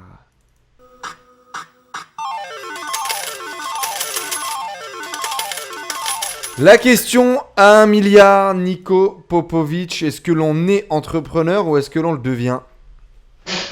On le devient. C'est d'un pas décidé que tu nous partages cette idée. Ah oui, ça a toujours été une certitude chez moi. On peut naître n'importe où, n'importe comment, n'importe qui, avec n'importe quelle croyance que l'on pourrait avoir sur soi-même et devenir entrepreneur sur le chemin. Qu'est-ce qui nous fait devenir entrepreneur du coup? C'est des facteurs, les éléments que tu as évoqués, dont l'entourage, là où tu nais, etc., sont des facteurs aggravants ou facilitants. Voilà, ou aidants. On est d'accord. Mais ça n'a aucun lien avec le fait, que n'importe qui puisse être entrepreneur. Après, tout le monde peut être entrepreneur, mais c'est pas pour ça que tout le monde y arrive à être entrepreneur. Après, je pense que le fait de le devenir est accessible à tous. Le fait de l'être, c'est encore autre chose. Voilà. Ben justement, alors, c'est quoi les 3 qualités d'un entrepreneur, d'un bon entrepreneur? Comment est-ce qu'on fait pour maximiser notre taux de réussite? On dira pas comment on fait pour réussir à 100%, parce que toi et moi, on a arrêté on a arrêté. En tout cas, moi, j'ai arrêté. Toi, tu n'as peut-être jamais commencé d'ailleurs. Cette idée de donner des clés magiques du succès. Mais les 3 grandes qualités qui peuvent vraiment faire la différence entre une réussite et un échec? Pour moi, déjà, il te faut, comment dire? Ouais, un bon entrepreneur, il a des pensées contrariantes. Il est contrarié, il est fou. Ah, ça fait pas un tableau super beau, ça, raconte-nous un peu. Ah, mais si, c'est obligatoire. Tu peux pas être bon dans cette discipline si à un moment donné il y a pas un truc tu peux pas, comment dire, tu peux pas rentrer sur un marché et alors si c'est possible, mais si tu reproduis bêtement ce qui se fait déjà sur le marché. C'est paradoxal ce que je vais dire, mais c'est quand même la réalité. Si tu reproduis bêtement ce qui se fait sur le marché, tu vas pas arriver à capter peut-être ce que tu es venu chercher au départ. Il faut avoir un état d'esprit où on remet les règles du jeu en question, c'est ça que tu dis? Ouais, je pense, ouais. Moi, je pense qu'il faut... Et c'est le paradoxe. Et les premières règles du jeu, c'est les parents, la société, les règles qu'on nous impose, ce qui est possible, ce qui n'est pas possible. C'est ça. Je pense qu'il te faut un état d'esprit contrariant. Et en même temps, il faut être capable d'accepter, et c'est très complexe avec les entrepreneurs, je pense, c'est qu'il faut être capable d'accepter qu'il y a quand même des règles, ou en tout cas des mécanismes sur lesquels tu peux pas revenir, en fait. C'est tout le paradoxe, en fait. C'est l'acceptation de la première règle pour pouvoir accepter les deuxièmes, quoi. C'est ça? Ouais, c'est ça. Comme une suite logique, c'est-à-dire tu vas te lancer parce que tu n'es pas content de quelque chose. Tu te lances pour cette raison-là, ça peut être une très bonne raison de le faire parce que tu vois la chose différemment, mais dans la chose que tu vas faire, il va falloir que tu acceptes qu'il y ait des choses qui fonctionneront toujours de la même manière et que tu devras inclure et conserver comme à l'original, quoi. C'est hyper compliqué. Au même titre d'ailleurs, et excuse-moi, je suis un peu à retardement, mais je l'avais dans la tête et je l'ai sorti. ta capacité aujourd'hui à te retrouver face à un mec qui fait 10 fois, 100 fois plus que toi, à comprendre qu'il a une vie à l'opposé de la tienne, est-ce que c'est finalement pas le chemin aussi ? Est-ce qu'il fallait finalement peut-être pas vivre et faire tout ce que tu as fait avec le moule que tu as fait, avec finalement un peu la douleur même peut-être que tu t'es infligé parfois dans le process, aller toi-même sur les chantiers, à connaître toi-même le locataire, à jusqu'à très peu de temps maîtriser le circuit locataire complet pour peut-être un jour arriver au niveau de ce mec, même si lui c'est pas du tout son chemin, peut-être que toi c'était ton chemin. Mais c'est ça, c'est un chemin et c'est ce que je disais tout à l'heure, ta courbe d'apprentissage, la courbe d'apprentissage, elle est différente pour tout le monde. Et d'ailleurs, c'est le deuxième point que je dirais pour tout bon entrepreneur. Un bon entrepreneur, il surveille sa courbe d'apprentissage et il fait en sorte qu'elle soit toujours en train de grimper, quoi. Un mec qui apprend plus, c'est pas un entrepreneur. Les gens qui ont des certitudes, c'est pas des entrepreneurs. Il y a quelques jours, je parlais avec un gars qui doit m'acheter un lot là que je vends. Et quand j'ai raccroché à la fin, c'est ce que je lui ai dit. Je lui ai dit, monsieur, il ne faut pas que vous parliez de ça avec moi. Allez parler avec la personne qui vend les logements. Vous me parlez de certitudes sur l'avenir, de choses qui n'existent pas. Tu ne peux pas avoir de discussion avec moi sur quelque chose que tu essayes d'avoir une projection dessus alors que ce n'est pas arrivé. Moi, je ne parle pas de choses qui n'existent pas. Mais des fois, tu vois, c'est un truc que je prends en exemple qui est très drôle. C'est-à-dire que moi, je vais vider un compte bancaire d'une de mes sociétés en sachant très bien que je vais être dans la merde à la fin du mois pour payer le crédit. Mais tant que je suis pas dans la merde, ça n'existe pas dans mon univers en fait. Donc c'est pour moi, je vais agir au maximum de mes capacités jusqu'à temps que le problème arrive. Et tant qu'il n'est pas là, le problème n'existe pas. Donc c'est très contre-intuitif ce que je suis en train de dire. Mais ce que je veux dire, c'est que un bon entrepreneur, il apprend en permanence et il n'hésite pas à aller au maximum de ses capacités avec ce qu'il a dans ses mains, quoi. Enfin, moi, je vois les choses comment comme on ça, fait après. ça en étant visionnaire ? Ah, mais faut être fou en fait. On revient à la première case. T'es complètement barré, mon pauvre garçon. Hein. C'est comme ça que ça marche, quoi. Parce que finalement, ouais. en gros, ce que tu es en train de nous partager, c'est que l'entrepreneuriat est un énorme paradoxe et que ça fait partie des règles du jeu. C'est ça. Et tu dois agir de manière paradoxale en permanence. Tu dois en permanence, je le dis aussi dans mon bouquin, un bon entrepreneur, il soutient en permanence deux thèses opposées. Moi, j'agis dans mes affaires comme si des fois j'avais de l'argent à moudre et que j'avais pas de crédit. Et en même temps, je prépare tout comme si j'allais faire faillite.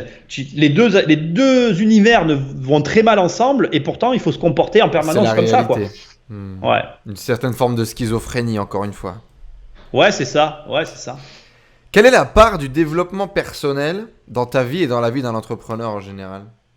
Moi, je suis très mauvais en développement personnel. Je suis pas client. Je suis un très mauvais client de dev perso parce que c'est mon côté contrariant qui ressort. J'aime pas les cases. Donc, j'ai l'impression que les mecs ils essayent de me mettre dans des cases. Donc, tout de suite, en fait, le mec, il a pas commencé à parler qu'il a tort, quoi, avec moi. Donc, et pourtant, est-ce que et c'est ça aussi que j'aimerais partager avec ça. Qu'est-ce que tu mets dans le développement personnel ? Comment est-ce que toi t'interprètes ce que c'est que le développement personnel ? Déjà, quand tu me parles de ce paradoxe et de ta capacité à pouvoir jongler entre les deux et de prendre de la distance là-dessus, finalement, est-ce que c'est pas déjà du développement personnel de savoir prendre du recul, tu vois ? mais Écrire un bouquin, raison. c'est du développement personnel. Du coup, qu'est-ce que c'est pour toi le développement personnel et comment ça s'applique et comment ça s'intègre dans ta vie ? Je pense que si je vais faire du dev perso, j'essaierai de remanier toutes les règles parce que ce qui existe aujourd'hui en développement personnel, je m'y retrouve sans m'y retrouver, quoi, tu vois. Mais le développement personnel. Mais je pense que je te l'avais envoyé à l'époque. À un moment donné, j'avais écrit un truc complètement con du style le développement personnel pour les gros durs, c'est pour les mecs, tu vois. Ça serait un peu une idée comme ça parce qu'effectivement. Alors malheureusement, heureusement, on voit ça comme on veut, mais t'as les courants de pensée, t'as les trucs, et puis finalement tout devient un stéréotype de tout. Le mec qui veut devenir à l'opposé de la société, il finit par se ranger dans la case des mecs qui veulent devenir à l'opposé de la société. J'espère, en tout cas on cultive un maximum pour essayer de ne pas rentrer dans ce type de boîte. Et justement, moi je veux montrer aux gens que finalement le développement personnel c'est juste du bon sens qu'on essaie de s'appliquer au quotidien. Je suis d'accord avec Donc toi. comment ça se matérialise du coup dans ta vie ?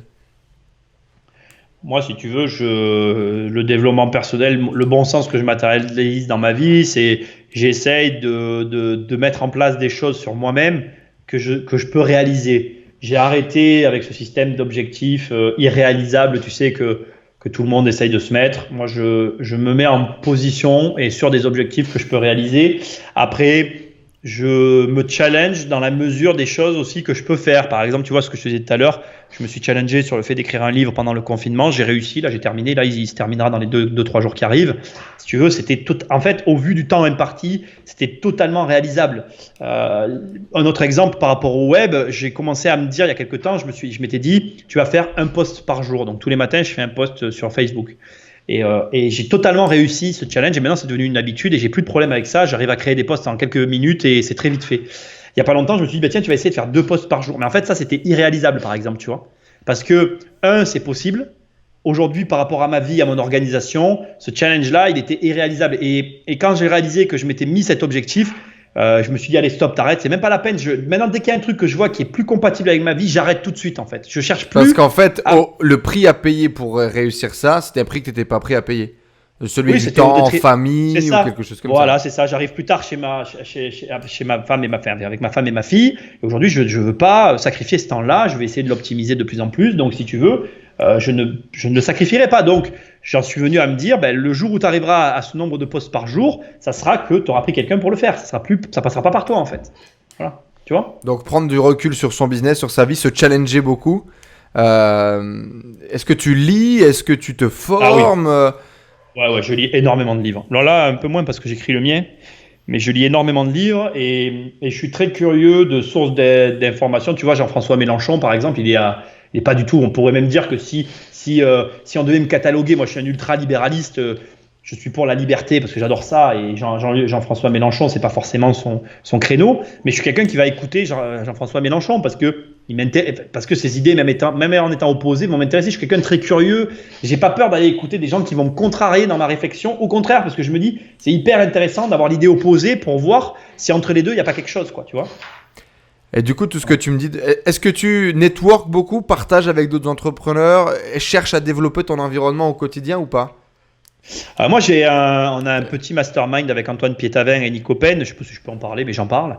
On se voit une fois par trimestre. Et c'est le seul. Avant d'être sur le web, je savais pas que ça existait, donc j'ai toujours été très solitaire. Depuis que je suis sur le web, j'ai eu beaucoup de mal à trouver un groupe comme ça avec lequel ça fonctionne parce que. Tu as toujours du mal à te mettre dans des groupes d'ailleurs. Ouais, voilà, j'ai toujours du mal à être dans des groupes. Là, tu vois, j'ai contacté pendant le confinement, j'ai contacté plein de gens pour venir. J'ai des réponses. Bon, on en a déjà parlé sur ma chaîne, on va pas en reparler, mais pour moi, c'est un peu lunaire. Je suis quelqu'un d'assez simple en fait. Enfin, j'essaye de le rester en tout cas. Et donc, c'est vrai que j'ai du mal à m'intégrer dans des groupes. Et non, ouais, là, c'est très récent que j'ai voulu dans ce groupe-là, dans lequel je me sens très bien. Mais c'est très récent en fait. Mais donc du coup, tu te développes avec des gens, tu cherches à connecter, tu cherches à prendre de la distance sur toi, tu lis des bouquins, tu te formes, tu t'informes, tu es curieux et tu écoutes des gens même quand tu n'es pas d'accord avec eux. Bah, c'est du développement personnel, ça, non ? Oui, c'est vrai. C'est vrai. Non, mais je ne remets pas en cause. Hein, c'est du dev perso, mais c'est pas le dev perso. Tu vois, voilà, j'ai jamais entendu un mec de dev perso dire écoute des idées opposées à la tienne. C'est un truc tout con, mais c'est hyper. Moi, j'écoute des gens que je ne supporte pas, mais je les écoute quand même parce que. Mais bien sûr. Voilà, je me dis, c'est hyper intéressant ce que ce mec a peut-être à dire, malgré que je suis absolument pas d'accord avec et que parfois j'ai envie d'y mettre des tartes, tu vois. Mais je pense que c'est pour ça qu'il faut que ma voix soit beaucoup plus entendue, qu'on change un peu les stéréotypes et les idéaux du développement personnel. Parce que le développement personnel, ça peut être un coup de pied au cul, une claque dans ta gueule, ou les conseils d'un mec qui va te motiver et te bouger le cul. Peu importe comment ça se matérialise, ça peut être de la philosophie, ça peut être ce que tu veux. L'important, c'est prendre du recul sur toi et puis avancer. Super, merci pour ça en tout cas Nico. Et je savais, parce que je sais que Nico est pas du tout friand de la cam, et s'il y a une pub, un événement, un machin qui passe, une vidéo, il va se barrer en courant, alors que il le vit en fait. Mais c'est justement parce qu'il le vit qui ne prend pas de distance par rapport à tout ça. Et c'est très bien, et c'est le cas de beaucoup d'entrepreneurs qui ont un peu ça naturellement, et d'autres qui ont besoin d'un peu plus de coups de pied au cul, par exemple, sur ces sujets-là. Très bien. Avant de balancer l'œuf ou la poule, du coup, parlons-en. Pourquoi partager des secrets pour devenir riche, si ça marche vraiment, et pourquoi pas les garder pour toi ? L'objectif, c'est quoi ? On sort un bouquin sur comment devenir riche pour devenir riche grâce à ce bouquin ? Allez, raconte-nous, c'est ça le secret. Mon livre et le titre du livre, Devenir riche sans argent, c'est beaucoup de gens rigolent de ce titre, mais c'est un titre qui a vraiment un lien avec l'histoire. Il faut le lire pour comprendre. Montre-le-nous. Ouais. Plus à droite. Voilà, un peu plus, par là, encore. Yeah. J'aurais pas écrit ce bouquin. Je pense que je pourrais pas dire ce que je m'apprête à dire. D'abord, écrire un livre, il faut comprendre. Alors, écrire un livre, c'est un processus. Et quand je relis, en fait, il faut que je sais pas si je vais répondre à ta question, mais je vais y répondre comme ça. Si je réécrivais ce livre aujourd'hui, ça serait pas le même. Déjà. Et c'est hyper intéressant. Ouais, déjà, ouais. Et c'est hyper intéressant parce qu'en fait, je pense que ce que les gens comprennent pas des personnes comme moi qui choisissent de partager, en fait, c'est que moi, aujourd'hui, et je vais pas m'en cacher, ce que je partage, c'est un processus que je suis en train de vivre moi-même. Et en fait, le bouquin aidera vraiment, si tu prends ce bouquin, alors déjà c'est un bouquin qui est un vrai bouquin de but, il n'y a pas de lien vers mon site, il n'y a rien à l'intérieur, c'était vraiment important pour moi qu'il n'y ait rien dans mon bouquin à ce niveau-là. C'est un vrai bouquin avec un vrai but de permettre aux gens de gagner de l'argent. C'est une fin en soi. C'est pas un hameçon, il y a tout dedans. Non, voilà, c'est pas un hameçon. Moi, je me considère de plus en plus que là, j'en serai à mon 3e livre que je vais sortir, donc je vais commencer à me considérer comme un écrivain. Et j'écris vraiment des livres qui s'autosuffisent et qui n'ont pas de vocation autre que d'être un livre. Et c'est des bouquins qui ont un but hyper intéressant dans le sens où c'est qu'une partie du processus. Et moi, j'avance dans le processus. Donc, je te garantirai jamais d'arriver à mon niveau. Je te garantirai juste d'arriver au niveau auquel je suis arrivé au moment où j'ai écrit le livre. Ce qui est intéressant, c'est que ce bouquin, il a été écrit dans une phase où j'ai dépassé le 1 million d'euros de patrimoine net dans ma poche et où j'étais en train d'aller vers une autre sphère, mais où j'allais être bloqué et où je ne savais pas encore ce qu'il allait falloir être, ce que j'allais avoir besoin de faire pour débloquer cette situation. Donc vraiment, c'est une fin à soi pour atteindre ce niveau-là de patrimoine. Et je pense que les gens qui sont dans le partage, ils prennent le même risque que les gens qui reçoivent le partage. Parce que ce qu'il faut comprendre, c'est que quand tu partages une idée, si tu es honnête, alors moi après je parle pas je parle pas de ce que je connais pas, je parle de mon cas. Moi je suis honnête, je partage honnêtement ce que je sais et ce que je suis capable de donner. Le risque il est partagé sur le fait que je te donne les clés qui m'ont permis d'arriver à ce niveau-là. Tu les possèdes, toi. Si tu les mets pas en action, il t'arrivera rien. Si tu les mets en action, tu ne pourras arriver qu'au même niveau auquel je suis arrivé. Ce qui veut dire que mon risque, il est où ? Il est que pour que j'ai quelque chose d'autre à t'apprendre, il faut que moi, je me dépasse. Il faut que ce que je t'ai donné, il faut que j'aille au-delà. Et donc, si moi, après, derrière, je joue pas ce jeu-là, eh ben oui, là, dans ces cas-là, je suis d'accord avec les personnes qui nous écoutent. Il y a un perdant, c'est l'auditeur. Moi, je suis dans le jeu de me dépasser. Donc jusque-là, c'est pour ça aussi que j'ai dit tout à l'heure que si je venais à vivre de ma société boursière, par souci de transparence, je serais obligé de le donner. Parce que pour moi, à un moment donné, il y aurait quelque part, pas un mensonge, tu vois, mais une manque de transparence à mon niveau qui serait de dire, OK, aujourd'hui, j'ai atteint un niveau d'expertise sur les placements financiers, sur les marchés, qui me permet d'en vivre. Tu as besoin de le savoir parce que ça fait partie de ma stratégie et ça pèse suffisamment lourd pour être mon revenu.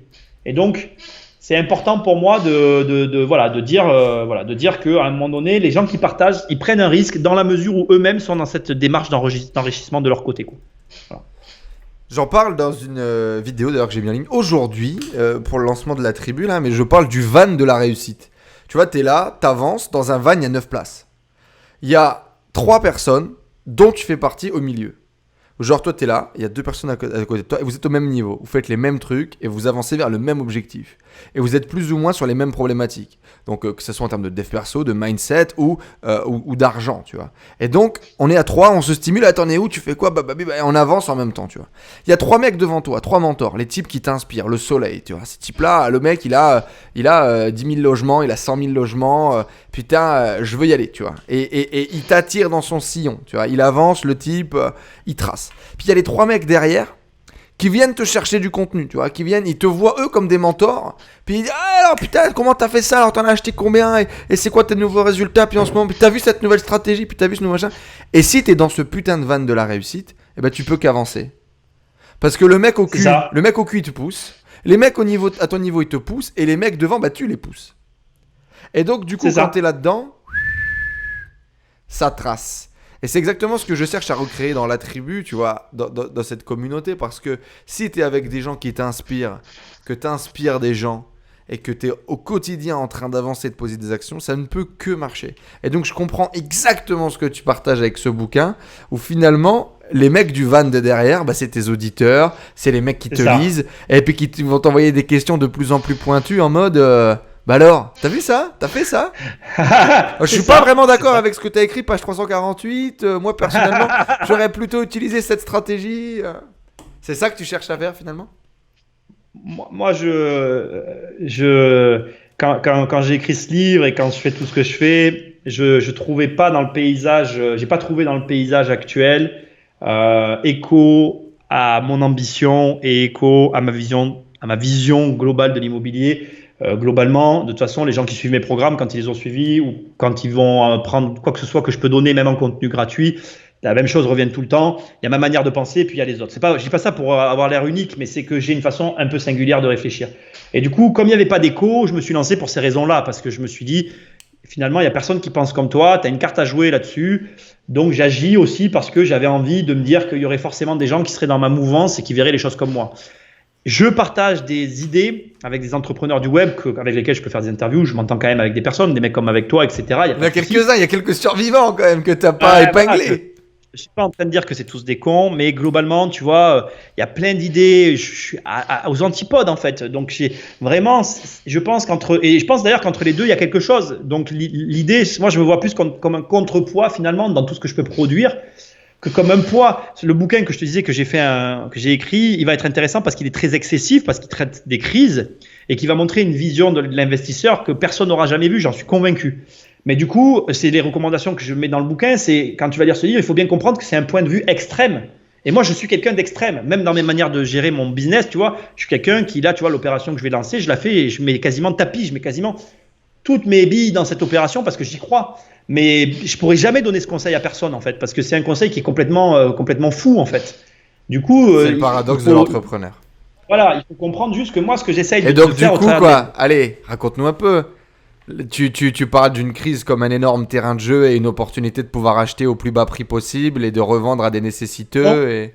Non, pas forcément. Je montre vraiment le comportement que doit avoir l'investisseur par rapport à sa situation. C'est-à-dire qu'aujourd'hui, il n'y a que des économistes qui écrivent sur les crises. Il n'y a que des gens qui écrivent sur les crises en leur expliquant en mode voilà, il se passe ça, ça, ça. Mais personne dit à personne ce que tu dois faire avec ton argent. Un truc que je dis dans le bouquin et qui va toucher vraiment, à mon avis, 80% de la population. Les mecs, si vous épargnez votre argent, si vous avez un compte épargne, c'est que vous n'avez pas de stratégie, c'est que vous êtes des losers. Voilà. Et ça, je sais que personne ne l'a jamais dit. Donc, c'est dramatique aujourd'hui de voir des gens qui me contactent et qui me disent Nicolas, j'ai de l'épargne, je suis en crise, je suis en stress. Comme je leur réponds, les gars, c'est déjà trop tard en fait. Eh ben, je veux et j'exige même, tu vas me dire si ça te va, si tu es d'accord, que le nom de la vidéo YouTube qui parlera exactement de ce sujet s'appelle « Si vous faites ça, vous êtes des losers ». C'est complètement mauvais en SEO, par contre, ça me ferait kiffer. Donc voilà, c'est une requête que j'ai. Est-ce que tu Si vous faites ça, vous êtes des losers. Et c'est un bon titre putaclic, pas du tout SEO, mais ça pourrait peut-être faire réagir en tout cas les auditeurs que tu as. Je compte faire là parce que j'ai pas fait de vidéo sur mon livre et du coup j'ai décidé de faire des vidéos sur mes livres quand même parce que j'ai pas fait de promo vraiment sur mes bouquins encore, donc je ferai des bouquins et je pense que je peux retenir ta requête parce que ça peut être hyper intéressant. Ouais. Nico Popovic, du coup, retraité à 35 ans, c'est quoi un peu la méthode magique pour faire ça? Quel est le plan? Quelle était l'idée à l'époque que tu avais en tête? Quel est le plan que tu as mis en place? Et est-ce que tu as réussi d'ailleurs à atteindre ton objectif d'être retraité à 35? Oui et non. Oui, parce que j'aurais pu l'être de manière très égoïste, moi, tout seul. Non, parce que dans ma tête, je voulais être retraité avec ma mère. Moi, tu sais, il y a beaucoup cette notion. Ma mère, elle a une part importante des choses que je peux faire. Donc, en vérité, la réponse, c'est qu'il y a un des deux qui pouvait vivre en 35 ans du patrimoine. Aujourd'hui, c'est plus le cas, mais à mes 35 ans, il y en avait un des deux qui pouvait en vivre. Et mon objectif, moi, aujourd'hui, il est différent. C'est que j'aimerais que toute ma famille puisse en vivre. Voilà. Donc, l'objectif, il est monté, quoi. Eh ben, ouais. Mais on parle de combien, quoi? On parle à 35 ans, c'était quoi? 2 000 euros, 5 000 euros qui étaient dégagés? C'était quoi? Ouais, on était plutôt. Je pense que pour une personne, je pense qu'on était à plus de 5 000 euros. Voilà. Ok. Pour te situer. Après, c'est compliqué à dire parce qu'il y a la fiscalité qui rentre en ligne de compte. C'est compliqué à dire parce qu'au moment où j'avais ce patrimoine-là, il y avait de l'amortissement. Qu'est-ce que je raconte? Il y avait du déficit foncier. Il y avait du déficit foncier. Donc, si tu veux, c'est pareil. Un patrimoine, c'est compliqué, tu sais, de l'apprécier réellement à une valeur. Bon, comment ça? Tu n'es pas pour les gens qui disent qu'ils ont 2 millions d'euros de patrimoine, 80% à crédit et qui ne parlent pas du bénéfice net restant? Tu n'es pas d'accord avec cette théorie? Ça, c'est de la merde, ça. Le patrimoine brut, ça n'a jamais existé. Ça existe dans la tête de ceux qui n'ont pas d'argent et qui ont envie de faire croire qu'ils en ont. Ça, c'est un problème d'ego que je peux pas régler. La vérité, c'est que si le patrimoine, il s'évalue aussi, tu vois. Le patrimoine, il est évaluable. Mais le problème d'un patrimoine, c'est que c'est pareil. Comment je vais te dire? Comment tu t'en La vraie sépares? valeur. Quelle est la liquidité de ton patrimoine? C'est C'est à un ça. instant T. Ah. De quoi il est composé, quel est le temps que tu y passes pour le faire. Parce que par exemple, tu vois, je vais te donner un exemple, hein, très clairement. Hein. Là, j'ai tout vendu, j'ai un patrimoine plus gros qu'à mes 35 ans, c'est à peu près logique jusque-là. Mais actuellement, en termes d'actifs en détention et de gestion, j'ai un plus petit T'en as patrimoine. moins qu'avant, vu que tu as vendu. Ouais, j'en ai moins que juste avant, mais je gagne presque pareil. Donc tu vois l'anomalie qu'il y avait au départ. J'avais des lots à rénover, j'avais des lots qui étaient en cours de rénovation. Il y avait la structuration de mon patrimoine, elle était mal faite aussi à certains niveaux. Donc ça te montre que, en fait, un patrimoine c'est très relatif en réalité. Je pense que dans les années qui arrivent là, avec ce que je sais et ce que j'ai appris, je vais arriver à un point où je pourrais arrêter une vraie valeur en disant voilà, là j'ai tant. Et j'ai stabilisé à ce niveau-là un montant sur lequel je suis assis. Ça commence à se dessiner déjà au moment où je te parle. Mais c'est pas encore le cas vu que tu fais encore des all-in sur des grosses opérations. Déjà, et surtout, au moment où je te parle, j'ai des lots encore en travaux sur lesquels je ne fais rien volontairement pour des raisons stratégiques.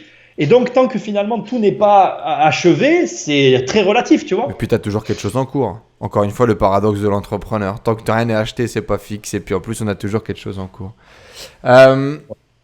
Retraité à 35 ans, c'est comment du coup? S'il y avait un plan machiavélique pour y arriver, pour monsieur tout le monde, ça serait quoi? Non, alors, en immobilier, c'est hyper facile. Tu prends des immeubles et tu multiplies tes immeubles jusqu'à ce que tu atteignes le niveau de revenu que tu veux avoir.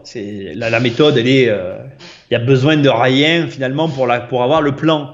Après, là où ça devient compliqué, c'est comment faire pour obtenir plus de 3 prêts. Aujourd'hui, tout le monde sur Terre peut avoir 3 prêts très facilement. Comment faire pour en avoir 4 et 5, tu vois, ça c'est une vraie question. Comment faire pour trouver certains types de biens plutôt que d'autres.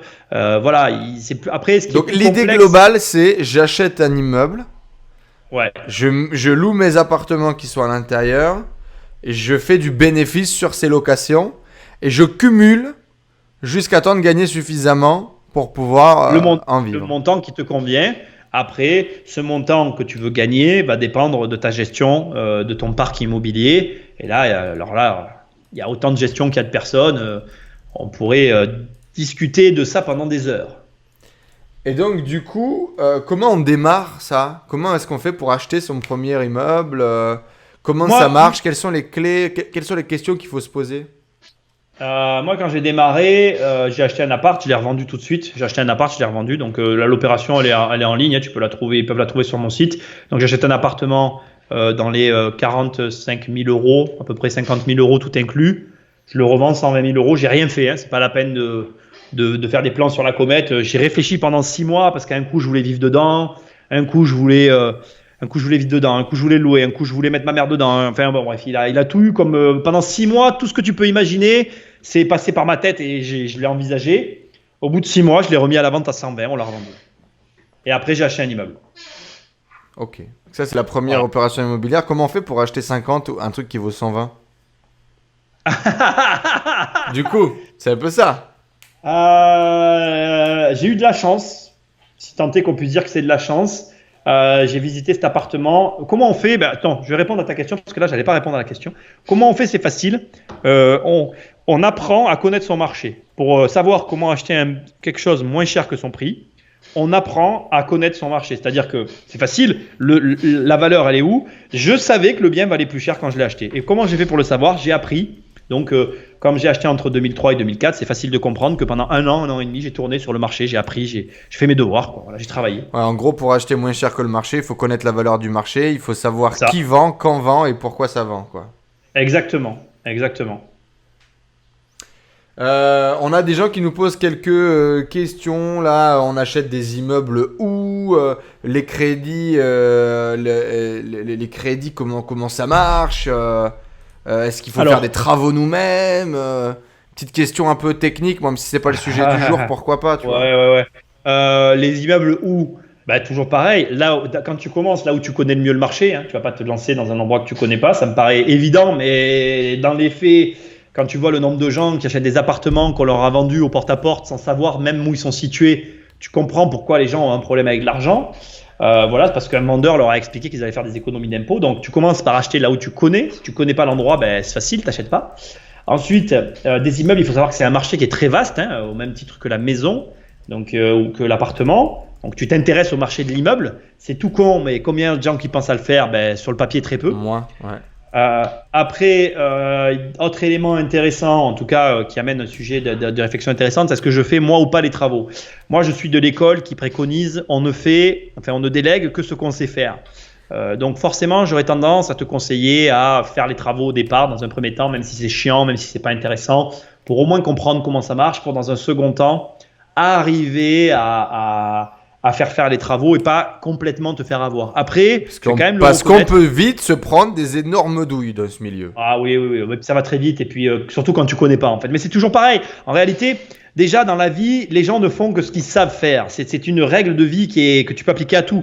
Tu prends dans ta vie, tu regardes tout ce que tu fais. En réalité, tu n'as toujours fait que ce que tu savais faire. Et quand tu as fait des choses que tu ne savais pas faire, tu les as fait parce que dans ton entourage, il y avait quelqu'un qui savait les faire. Donc de toute façon, réfléchis à ce que je viens de te dire. Tu verras que ça s'applique à 95% des choses. Les 5% restants, c'est les gens un peu téméraires et un peu fous comme moi qui vont oser aller dans des endroits où personne ne va parce qu'en fait, en réalité, il y aura une fois dans ma vie où j'aurais fait un truc que je connaissais pas, qui s'est bien passé et ça a dit à mon cerveau, bon ben c'est bon, c'était pas si terrible, tu peux le refaire quoi. Voilà, ça s'est joué sur un truc. Tu vois, donc c'est pour te dire que ça tient à rien quoi. Une rencontre en général ou pas? Ouais, je dirais que moi, quand j'étais gamin, j'ai commencé à faire des trucs un peu what the fuck.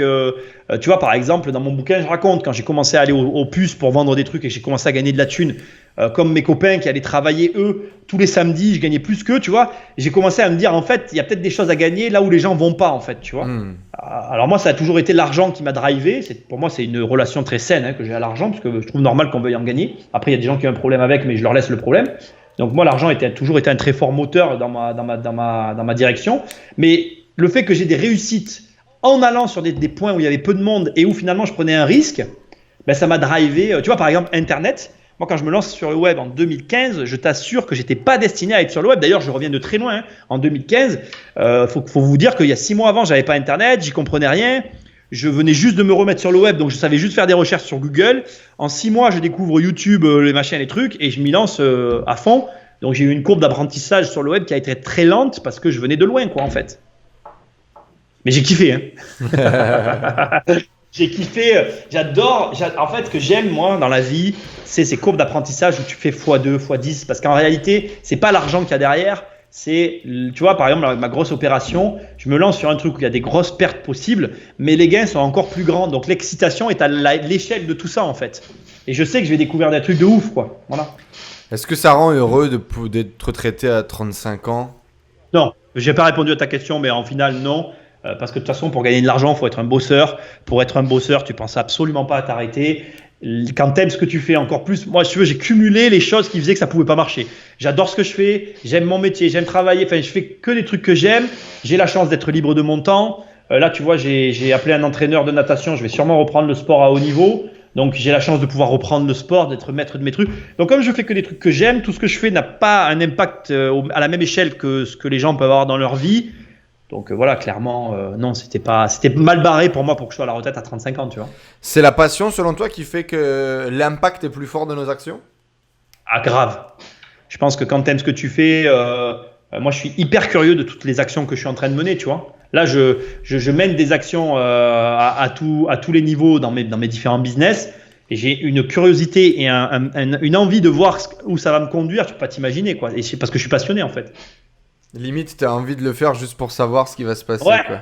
C'est ça. À part la compta. Les amis, ça fait 1h30 qu'on est avec Nico Popovic de Immobilier Compagnie. Le lien de sa chaîne YouTube est juste en dessous. On est 30 connectés et quel plaisir de vous retrouver. Visiblement, il n'y a que 12 likes sous ce live, donc je comprends pas. Est-ce que vous êtes tous manchots quand on vous a coupé vos pouces? Mettez des likes en dessous de cette vidéo et partagez-le à tout le monde. C'est de l'or en barre pour tous les entrepreneurs et les gens qui veulent notamment entreprendre dans l'immobilier ou mieux comprendre comment ça fonctionne. Nico, du coup, tu as géré une imprimerie pendant très longtemps. tu as développé des projets sur le web, tu es infopreneur, écrivain, tu vends des bouquins, tu es entrepreneur dans l'immobilier, tu as du locatif, tu as créé, retapé, cassé, acheté, revendu, bref. C'est quoi le point commun de tout ça? Toutes ces casquettes que tu as portées. L'immobilier. Non, Ah, tu parles par rapport avec l'imprimerie et tout ça? Ouais. Tous les business, tout ce que tu as pu entreprendre dans ta vie. Quels sont les points communs, les choses que tu as retrouvées dans tous les business? C'est la clé de tous tes sésames en fait. Que c'était dans l'immobilier ou dans l'imprimerie ou sur le web, c'est quoi le point commun de tout ça finalement? C'est quoi le truc qu'il faut développer pour que ça marche dans tout? Tu vois ce que je veux dire? Tes peurs. Moi, j'ai toujours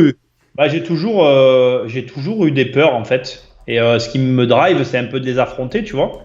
Donc, si tu veux, la première boîte que j'ai créée dans le marchand de biens, elle a marché, mais pas du tout comme je voulais. J'ai été très déçu de mes résultats. Alors, attention, encore une fois, voilà, je fais une vidéo aussi là-dessus. Hein. J'ai fait plus d'1 million d'euros de chiffre d'affaires ce coup-ci.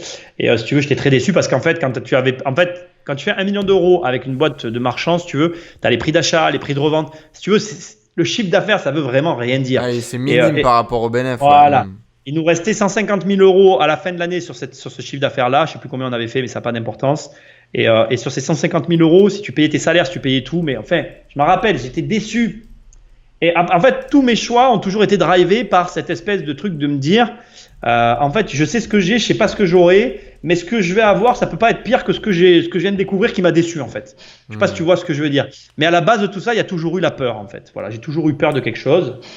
Peur de manquer d'argent, peur de me planter, peur de ci, peur de là. Et à un moment donné, ça me saoulait d'avoir peur. Donc je me disais, faut le faire, faut arrêter de réfléchir à comment, tu sais, de ces projections que tu peux faire à des moments qui sont nuisibles à toi-même.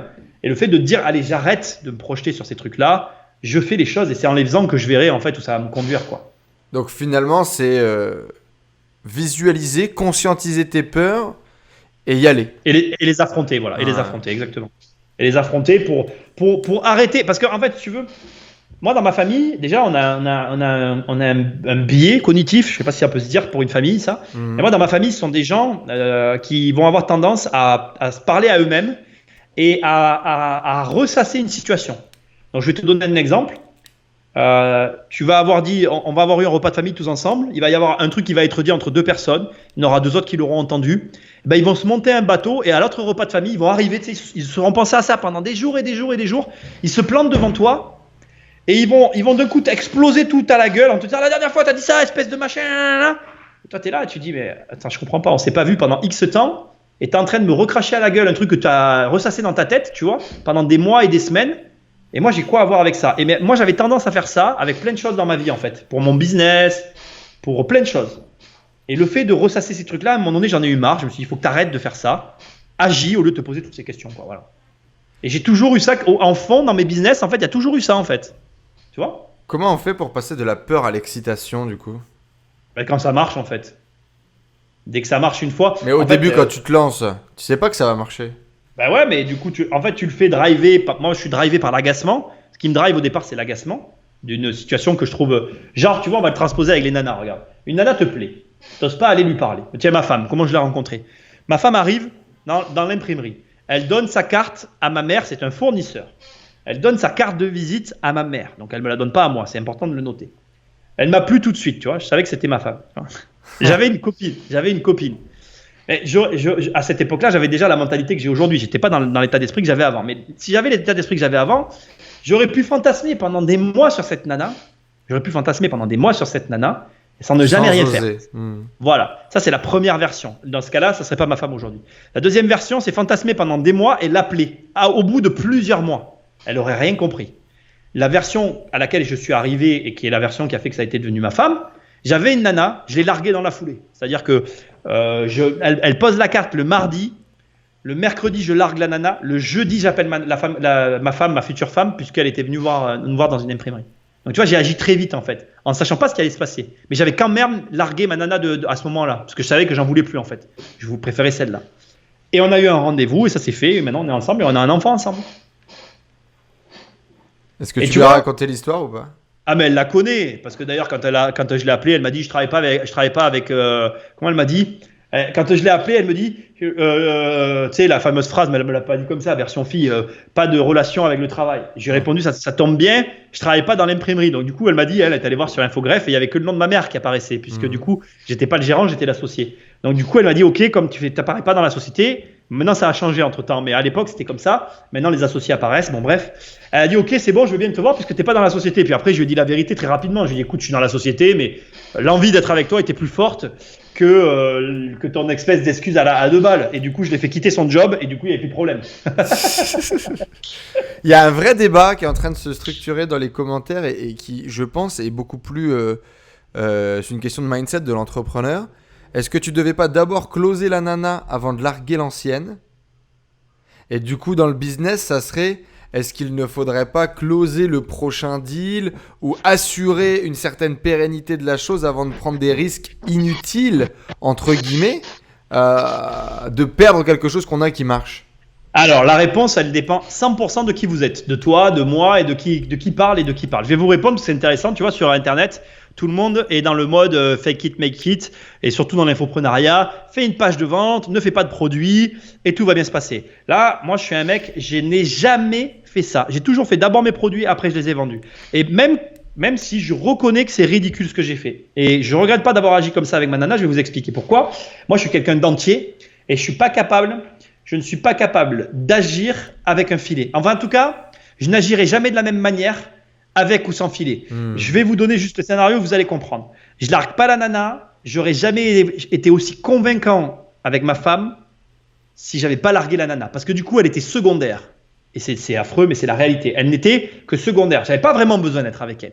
Là, le fait qu'elle devenait principale, qu'elle était le focus de toutes mes attentions, non seulement elle devenait quelque chose d'important à mes yeux, mais en plus, j'y ai très rapidement dit ce que j'avais fait, parce que j'en avais pas honte en fait. Parce que du coup, il n'y avait pas de... Moi, je suis quelqu'un sans filtre en fait. Je suis quelqu'un, j'ai très peu... je suis très peu lié au mensonge en fait. J'ai très peu de lien avec le mensonge. Je ne vais pas dire que je mens jamais, c'est pas vrai. Je peux mentir par omission. C'est plutôt mon genre de mensonge, c'est plutôt l'omission. C'est-à-dire que je vais savoir peut-être quelque chose, ou plus ou moins, et volontairement, je vais l'ignorer en fait. C'est plutôt mon mode opératoire. Mais je ne mentirai jamais sur quelque chose que je sais en fait. Je ne peux pas mentir comme ça. En tout cas, je suis un mauvais menteur dans ce sens-là. Du coup, je vendrai mal quelque chose que je ne connais pas. J'arriverai pas à obtenir quelque chose que je ne veux pas vraiment. J'arriverai pas à aller vers un truc qui n'a pas réellement un intérêt très fort pour moi. J'ai besoin de me mettre dans la position il n'y a pas d'autre issue que ça, quoi. Voilà. Ça en dit beaucoup sur les valeurs, je pense, de l'être humain qu'il y a derrière. Ça en dit beaucoup sur... Moi, ça me parle beaucoup.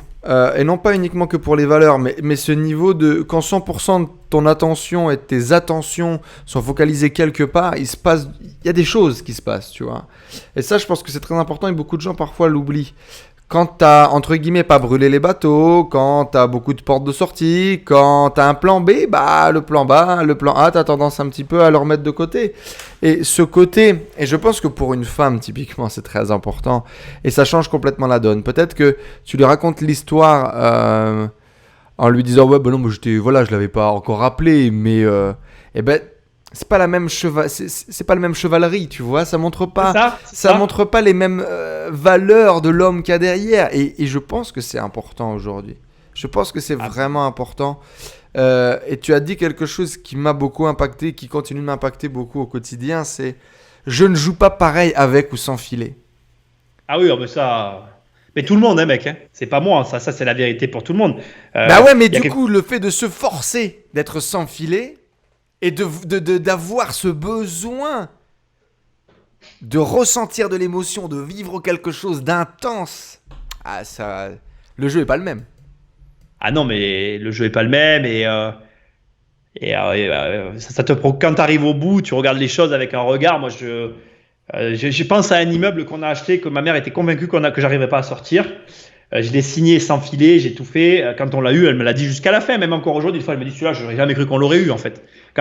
J'ai fait une vidéo où j'expliquais que j'étais monté à 70 et quelques appartements. Alors attention, il faut modérer ses propos parce que dans le lot, il y avait des appartements qui étaient à rénover, d'autres qui étaient à destination de la revente. Enfin, il y avait un ensemble de choses, c'était un global, hein, on s'entend bien. Mais dans le lot, il y a un bâtiment qu'on n'était pas destiné à avoir. Et si je ne m'étais pas engagé en mettant l'argent, en tout mettant sur la table, j'aurais pas joué pareil. J'aurais pas joué Et pareil. tu penses que ça, c'est une des clés du succès? Peut-être pas de faire ça, mais d'avoir la capacité de le faire en tout cas. Carrément.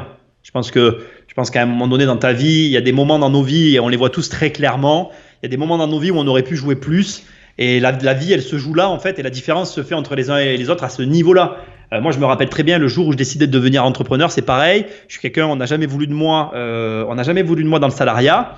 Je le raconte même pas dans le livre, ce passage, parce que c'était anecdotique pour moi, mais c'était un passage pourtant très important, mais je crois que dans une des versions, il y était, mais il a été enlevé. J'arrivais quand même de temps en temps à avoir des petites missions.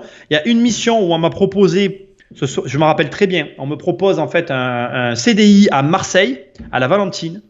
Je rentre chez moi, je vois très bien, je passe sur un pont, tu sais, et au bout du pont, en fait, la route, elle se séparait en 2 parties, tu vois. Et je me rappelle très bien dans mon esprit, m'être dit, j'y passe encore des fois et je me le dis toujours, ça a été un moment décisif dans ma vie. Je me dis, voilà, tu as le choix entre continuer à faire que de l'immobilier là, parce que c'était ça le choix que j'avais à ce moment-là. Et je gagnais pas d'argent. Il faut vous dire que le jour où je me suis lancé dans l'immobilier, c'était pour 0 € par mois.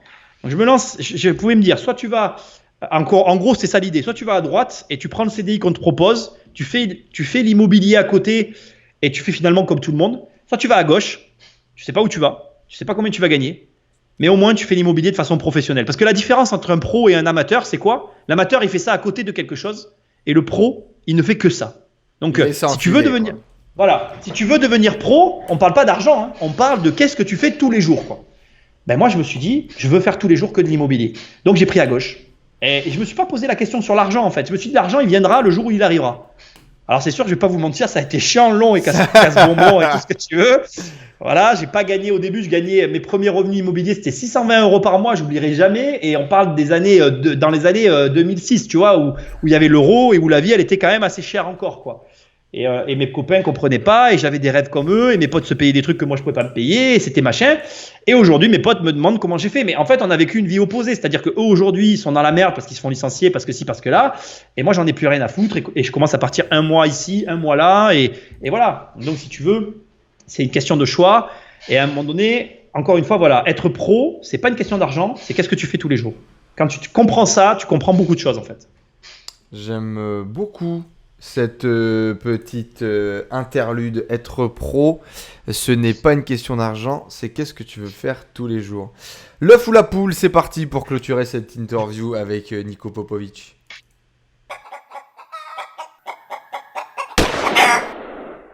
J'adore cette petite poule qui se fait fusiller. Quand tu verras le replay avec la poule, Nico, tu comprendras.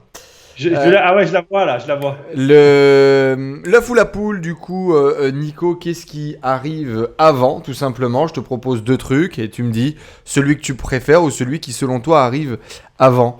Je vais te poser la première, mais je pense qu'on a déjà plus ou moins la réponse. Créer ou vendre? Créer. D'abord créer, ensuite vendre. Pourtant, dans l'immobilier, vous avez ce truc et tu as ce truc où tu es capable de vendre sur plan. Tu m'as dit une fois, le premier dropshipping qui existe, c'est le dropshipping d'appartements et d'immeubles. Ouais, mais c'est la vérité, on peut vendre. Moi, je vends avant d'avoir acheté, il n'y a pas de problème avec ça. Mais en fait, moi aujourd'hui, je pense que j'ai bâti une grosse partie de mon enrichissement sur la création.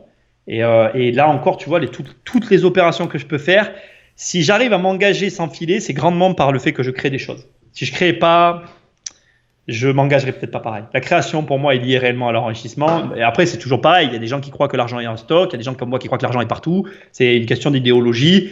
Personne n'a raison, personne n'a tort. Après, c'est sûr que ceux qui croient que l'argent est partout comme moi, ils ont forcément plus de possibilités que ceux qui n'y croient pas. Voilà, c'est tout. Faut l'accepter. C'est les règles du jeu. Mais pour moi, la création, ça passe avant tout, quoi. Est-ce que l'information vient avant l'action ou l'action vient avant l'information? L'information vient avant l'action. L'information avant l'action. Ok. Sujet un peu différent, mais c'est pas grave. Arte ou M6? Ah, tu m'emmerdes parce que sur M6, il y a Top Chef et je suis vraiment un grand fan. ça pèse vraiment dans la balance parce que Philippe Etchevet, c'est. Non, M6 que pour ça. Pourtant, je regarde pas la télé, mais M6, quoi. Obligé. Top Chef, c'est trop. Les livres ou la télé? Ah, les livres. Sans hésitation, je regarde pas la télé, mais Top Chef. Là, tu vois, félicitations aux créateurs de Top Chef, ils ont réussi à rendre un addict alors que le mec ne regarde pas la télé, c'est beau. Ah non, mais je regarde la télé que pour Top Chef. Top Chef, c'est pour moi, si la télé doit être justifiée par une émission, c'est Top Chef. Pour moi, regarde, tu regardes Top Chef, tu comprends ce qu'est l'argent. Les mecs, ils en ont rien à barrer du fric. La passion, c'est la bouffe. Ils aiment les bons produits, machin. Les mecs, ils perdent leur resto, ils en réouvrent un autre. Ils en ont rien à foutre. Ils te parlent de la bouffe. On dirait que c'est des diamants. Mais moi, c'est exactement les valeurs. Il y a tout ce que je partage comme valeur est dans Top Chef, de toute façon. Et puis, t'aimes bouffer. On va pas se Ah bah mentir. j'adore. Ah bah moi j'ai un budget. Écoute, je vais te dire, depuis le Covid-19, mon budget resto, je pleure de plus aller au resto. J'aime la bouffe, mais comme personne, je peux jamais parler de mes budgets resto. Bah tu vois, regarde, je vais en parler. Tu vois, moi un des voyages qu'il faut qu'on fasse avec ma famille, on va aller au Japon, on va aller chez Giro. L'assiette de sushi c'est $200. Ça me pose pas de problème dans ma tête. J'ai pas de problème à payer 200 balles une assiette. Moi, ça me dérange pas. Il y a pas de limite de prix dans ma tête à la bouffe. Quoi. Je suis le très bon client des restos. Action ou réflexion? Qu'est-ce qui vient avant? Action. D'accord, donc l'information vient avant l'action, par contre la réflexion vient après. Oui. Alors, le paradoxe de l'entrepreneur, c'est ça? Exactement, complet. Cherche pas, c'est comme ça. Actif ou passif? Actif. Donc, alors, à quel point de vue? Dans quel sujet? Plutôt sexuel, plutôt revenu? L'idée, c'est quoi? Acheter des actifs, du coup, acheter des choses qui génèrent des revenus. Je suis quand même dans l'achat d'actifs au départ. Après, le problème, c'est que je suis embêté parce que pour moi, c'est les deux en fait. Le problème, c'est que tu peux pas. T'achètes un actif qui génère des revenus passifs, c'est ça? En fait, je n'achèterai jamais d'actif qui n'a pas de passif. Donc, si tu veux, c'est compliqué de répondre à cette Et question. je vous invite d'ailleurs, je suis sûr qu'il doit y avoir une vidéo YouTube sur la chaîne. 1 euro doit faire au moins 2 euros. C'est une conférence que j'ai eu la chance de suivre de Nico Popovic et que je vous invite à aller découvrir. Mindset ou technique? Sur quoi faut bosser avant? Pendant des années, je t'aurais répondu la technique, mais maintenant que je suis sur le web et que je parle avec des gens et que j'ai accès à des gens qui ont des... Tu vois, je me rends compte que le mindset est peut-être plus important en fait. Ok. Et ça, après combien d'années d'expérience? Après 15, 20? Ouais, je suis à 17 là. C'est beau. Les amis, c'est à vous de jouer maintenant. C'est terminé pour moi. Comme on dit, rendez-vous les studios. On est parti du coup pour la partie FAQ. Allez. Nicolas Popovic, merci en tout cas, quel plaisir de t'avoir sur ce plateau. C'est toujours un vrai plaisir pour moi de discuter. Dans tous les cas, cette interview est plus longue que la moyenne parce que je me laisse aller à des sujets un peu plus profonds et d'essayer de bien comprendre ce qui se passe dans sa tête parce que je pense vraiment que ça peut révolutionner votre vie. Donc dans les commentaires là, n'hésitez pas à nous balancer les questions, vos questions pour Nico, et si vous êtes même d'ailleurs sur ce replay, n'hésitez pas à les mettre dans les commentaires juste en dessous, on y répondra avec plaisir. Je vois qu'il y a beaucoup de gens dans le chat qui nous partagent du coup des questions pour l'off ou la poule. Même chose, contact@enzohonoré.com, envoyez-nous vos questions, on les mettra pour le prochain invité. Du coup, FAQ, est-ce que vous avez des questions pour Nico? Est-ce que Nico t'aimerais revenir sur un passage de l'interview, quelque chose que tu aurais à ajouter, un petit mot? Non, moi je suis très content d'être venu. Non, j'ai rien à ajouter. Continuez à suivre Enzo, c'est un super gars. On a Voilà. quelqu'un dans le chat qui nous dit, mais du coup, mais que fait ce cher Nico Popovic? Alors, au moment où on parle, on est en train d'ouvrir une agence immobilière. Donc, j'ai une activité maintenant très récente sur les agences immobilières. Je suis bailleur en fonds propres professionnel. Donc ça veut dire que tu es locataire. Tu es Je loueur. propose des logements à la location. On a eu 2 périodes où on a été très actif en tant que marchand de biens. Là, on est en train de changer totalement de stratégie pour s'associer, puisque comme mes activités s'élargissent au travers de mes différentes sociétés, bah, du coup, je peux plus tout faire. Donc marchand de biens, tu achètes un truc, tu le revends. Et je revends. Voilà. Location, ça reste aussi, ça reste quand même encore une grosse partie de mon business. Et maintenant, depuis 2015, comme vous l'avez compris, je suis aussi sur Internet. Et là, très récemment, on a une agence immobilière qui est en train de s'ouvrir. C'est une agence immobilière de gestion. Ça sera sous forme, globalement, c'est plutôt une start-up. C'est sous forme d'application. On est dans la phase vraiment bêta au départ, au moment où je parle. On est spécialisé dans l'investissement. Donc, c'est-à-dire qu'on ne travaille qu'avec des investisseurs et on fait de la gestion. C'est-à-dire en gros, je propose mon service aux investisseurs. La recherche, là, on trouve l'immeuble, on le finance, on a la carte de financement, on l'assure et on le gère. On fait tout de A à Z. Il n'y a que les travaux où on fait de la mise en relation. On a les compétences pour faire le suivi de travaux, mais aujourd'hui, étant donné qu'on veut couvrir tout ce que je viens de vous dire avant, on ne peut pas tout faire, donc on a lâché sur les travaux. Ça sera de la mise en relation et rien d'autre. On a un opportuniste que je vais forcément devoir mettre en avant là en lisant son commentaire. Juste avant ça, qu'est-ce qu'on retrouve, Nico, sur ta chaîne YouTube ? J'ai changé un peu le positionnement de la chaîne YouTube puisqu'aujourd'hui je fais des vidéos d'analyse plutôt, et parce qu'en fait j'ai plutôt un podcast qui finit par mieux marcher que ma chaîne aujourd'hui, qui est un podcast où je fais des analyses sur des entrepreneurs, des situations. Je te prends un entrepreneur, je t'analyse son business et je te montre comment toi tu peux en tirer quelque chose en fait. Et là aujourd'hui sur la chaîne YouTube, je me suis aussi orienté sur des analyses de situations. Alors c'est des vidéos plus travaillées, j'en fais beaucoup moins qu'avant, mais voilà, c'est un peu ce que je fais en vidéo actuellement. Et sinon, énormément de conseils sur l'investissement immobilier, sur l'argent de façon générale.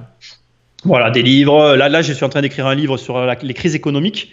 Donc, ce sera un livre vraiment d'un point de vue d'un entrepreneur. Donc, il va aider les investisseurs d'un point de vue d'investisseur. Donc, sans prise de tête sur l'aspect économique, même si je vais le balayer avec des recherches assez approfondies dans certains cas, mais relativement accessibles. Et avec réellement des conseils concrets, parce que quand je vois ce que font les investisseurs actuellement, Enfin bref, voilà, je suis pas d'accord. On a Maxime qui dit « Si je t'invite », et c'est justement celui que je voulais mettre en avant, « Si je t'invite au restaurant de l'hôtel de ville Crissier, est-ce que tu viens ?» Moi, bien sûr. Bon, voilà, alors. Moi, je vais toujours au resto. L'opportunité, tu parles en fait, c'est de rentrer dans le vocabulaire de l'autre. Tout n'est qu'une question d'interaction. Il a dit, il l'a répété, il adore la bouffe, machin. Il suffit de le séduire, tu peux rentrer en contact avec un mentor, avec une personne avec laquelle tu as envie de connecter. C'est aussi facile que ça. On a Abdul qui nous demande, c'est quoi ton pire échec ? Un immeuble que j'ai revendu le prix que j'avais acheté. Alors, il y en a qui vont dire c'est pas le pire, parce que du coup, je lui ai revendu le prix que tu l'avais acheté. Il y en a un que j'ai revendu moins cher, mais un peu moins cher, mais en fait si tu prends le loyer encaissé, je gagne de l'argent. Celui-là c'est mon pire échec, je l'ai revendu le prix que je l'ai acheté parce que on l'a pas gardé très longtemps et que dans ce délai où on l'a gardé, en fait on a abandonné par manque de compétences et de connaissances. Et j'y ai repensé là récemment encore, parce que c'est vrai que j'aime pas arrêter une chose. Aujourd'hui je le gérerais très différemment et je pense que je gagnerais de l'argent avec. J'en ai pas perdu, c'est moindre mal. Mais ça me fait grincer un peu des dents dans le sens où voilà, je pense que l'histoire aurait pu se passer différemment, mais c'est un défaut de connaissance qui m'a conduit à cette situation-là. Et bien voilà, merci à toi Nico, ça fait 2 heures de live, je pense qu'on est bon, en plus je renquille dans 10 minutes, donc je vais me calmer un peu et boire un coup d'eau. Merci beaucoup à toi pour ce partage, cette vision, cette philosophie que tu veux à travers ta chaîne, à travers tes bouquins, et que tu es venu partager avec nous sur la chaîne.